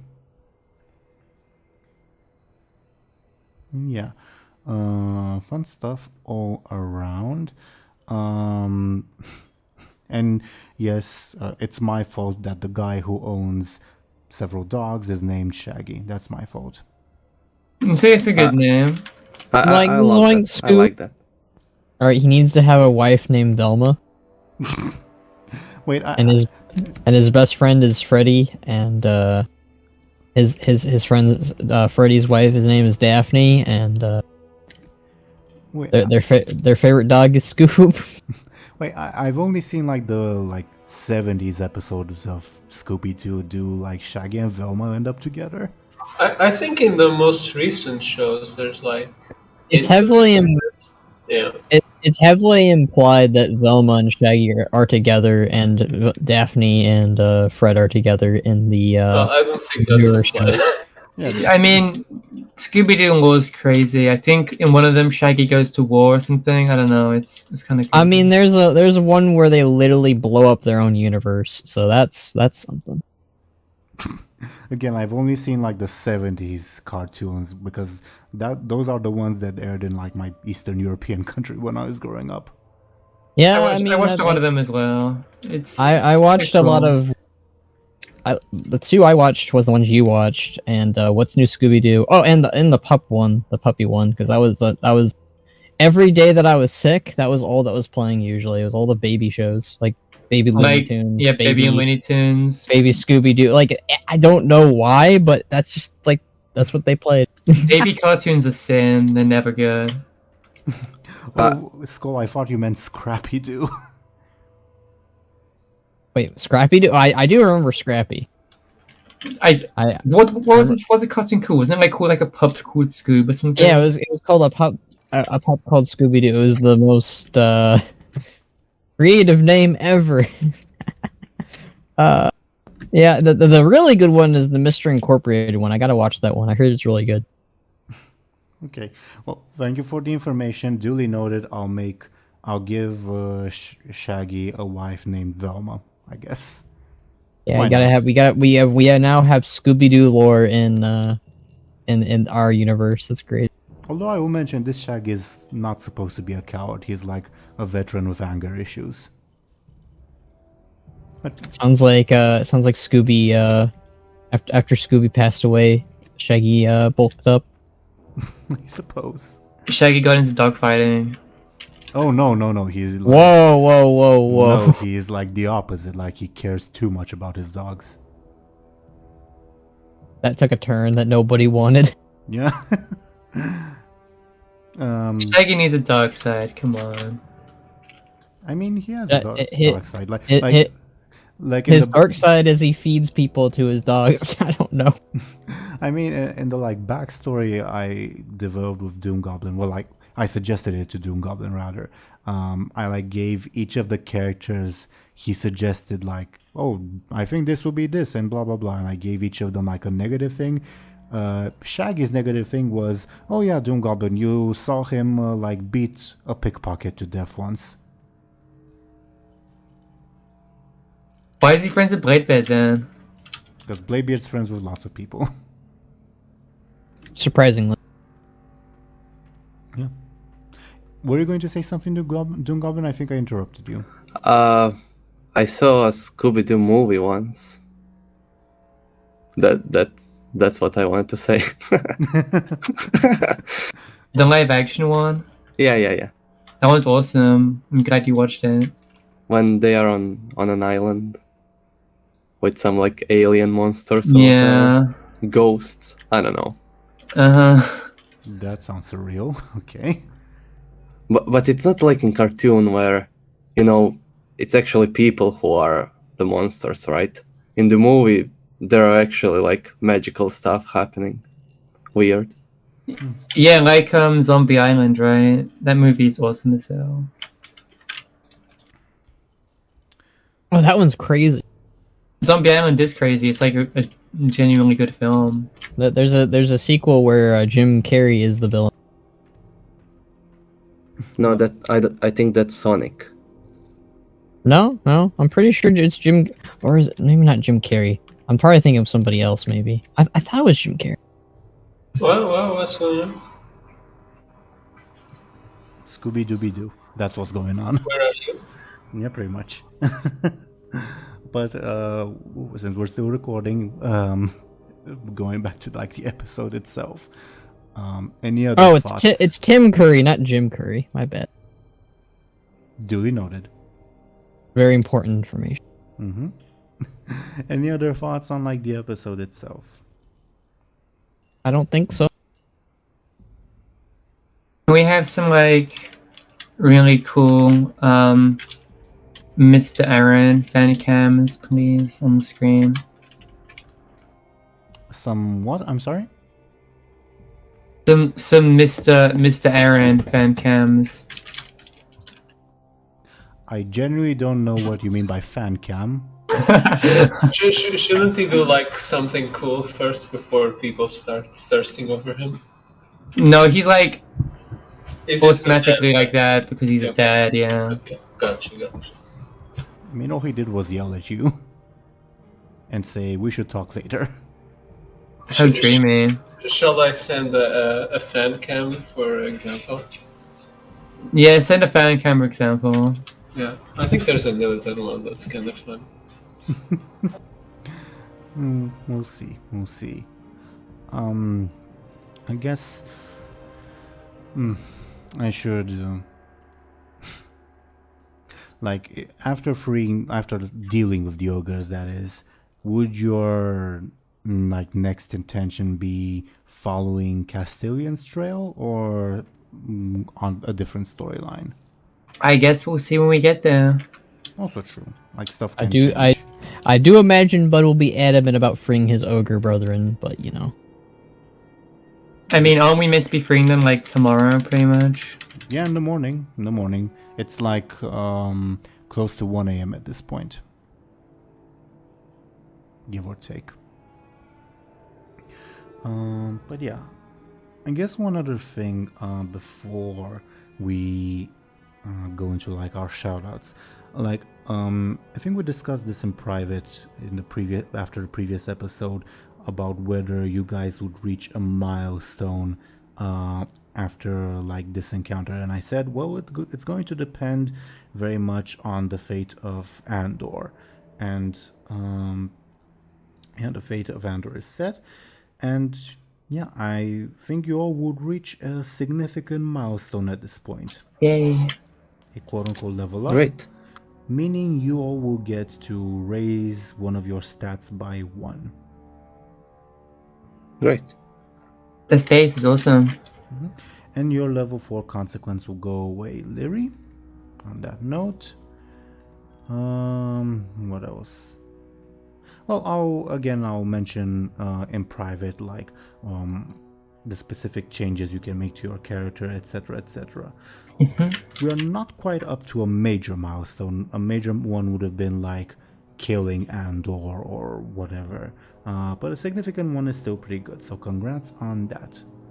So wait, if they just slit his throat while he was sitting, we would have reached significant milestone? Well, major. You're at significant, but yeah. Oh, major. So if you just killed the guy, we would have been more powerful. Don't power game. But, well... How should I say this? I'm glad I didn't tell you that beforehand, I guess. Because I'm kidding. That would have influenced your decision. Yeah, I'm kidding. But I'm killing the Draenei. I don't care. Unless she escapes. We'll see. We'll see next turn. Well, not next turn. Next time. My bad. We'll see. We'll see. Okay. Any other thoughts before we go into our shoutouts? Nope. I don't think so. Oh, I guess a quick question for DoomGoblin. Do you still have like the arcane dust Tomal gave you? Yeah. Okay, duly noted. He didn't snort it all. That would have been fun, I guess. It can still happen. Would Bladebeard get blue eyes if he did that? No, we get green eyes. I honestly have not thought of that possibility. I'll come up with an answer by our next session what would happen, okay? Fair Great. enough. Lovely. Okay, so while I roll the dice, any other thoughts for our viewers before shoutout time? No, I don't think so. Duly noted. Okay. Well, dear viewers, thank you once again for watching and listening to us. I'm going to ask these lovely people to talk about themselves as usual. I rolled these dice, and the dice have decided that, first of all, the owner of the channel you are watching this on, Skoll Shorties, should go ahead first. Can you please go ahead, Skoll, and introduce yourself and talk about yourself? Yeah, I can do that. I'm Skoll Shorties. I was playing as Buhd today, and I make all sorts of videos on World of Warcraft, Warcraft content in general, like lore, its story, its characters, and all that stuff. I also do machinima on World of Warcraft, which I'm currently working on. It's probably going to take me about a month or two to make. It's usually how long it takes. And sometimes I do videos on other stuff, but for the most part, I do WoW stuff. And you can find me on both YouTube and on Twitter for the most part. Nice. Oh, you're already here, but I definitely recommend that you check out Skoll's channel. But yeah, thank you very much, Skoll. And next, according to the dice that I rolled, would be DoomGoblin. Could you please go ahead and once again, happy birthday again. You guys are seeing this after his birthday, but we're recording on his birthday. So happy birthday. Talk about yourself, please. Yeah, thank you again. It is my birthday today, or a week ago. Now when you're watching. But yeah, I'm older and wiser than I was at the beginning of this episode. And yeah, I usually do art. I draw stuff, and yeah, you can find me on Twitter and on other sites. Do check him out. He has an awesome art style. Anything else? No, that's it. Thank you very much, DoomGoblin. Next, according to the dice, would be Sir Thompshire. Can you please go ahead and talk about yourself and what you're doing? Sure. You can find me both on YouTube and Twitter, where I've been mainly making renders. At this point, I'm not even sure why I mentioned that I make machinima, but I guess I have a backlog anyways.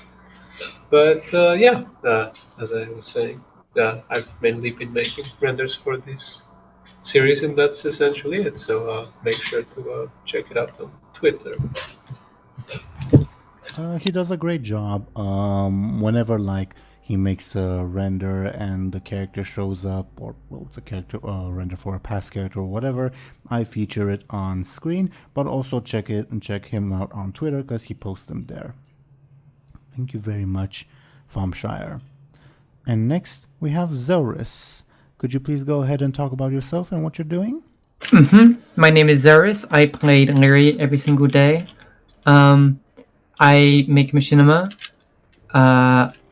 And yeah, that's pretty much it. I make machinima.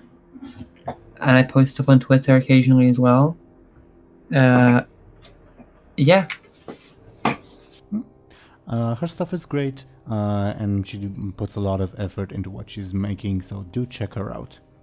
Thank you very much, Zelris. I almost said Lyri. Thank you, Zelris. Okay, and I was your Dungeon Master, Game Master Teeironor. I do this series, I do another series, Legacy of the Remnant, which is set in a homebrew universe, which is a lot of fun. And I recommend that you also check that out with a different bunch of lovely people. And other than that, well, I suppose, dear viewers, thank you once again for watching and listening to us. We will be back next week on Sir Thompshire's channel, and we'll see you there, I suppose. So goodbye, everybody. Bye. Bye bye.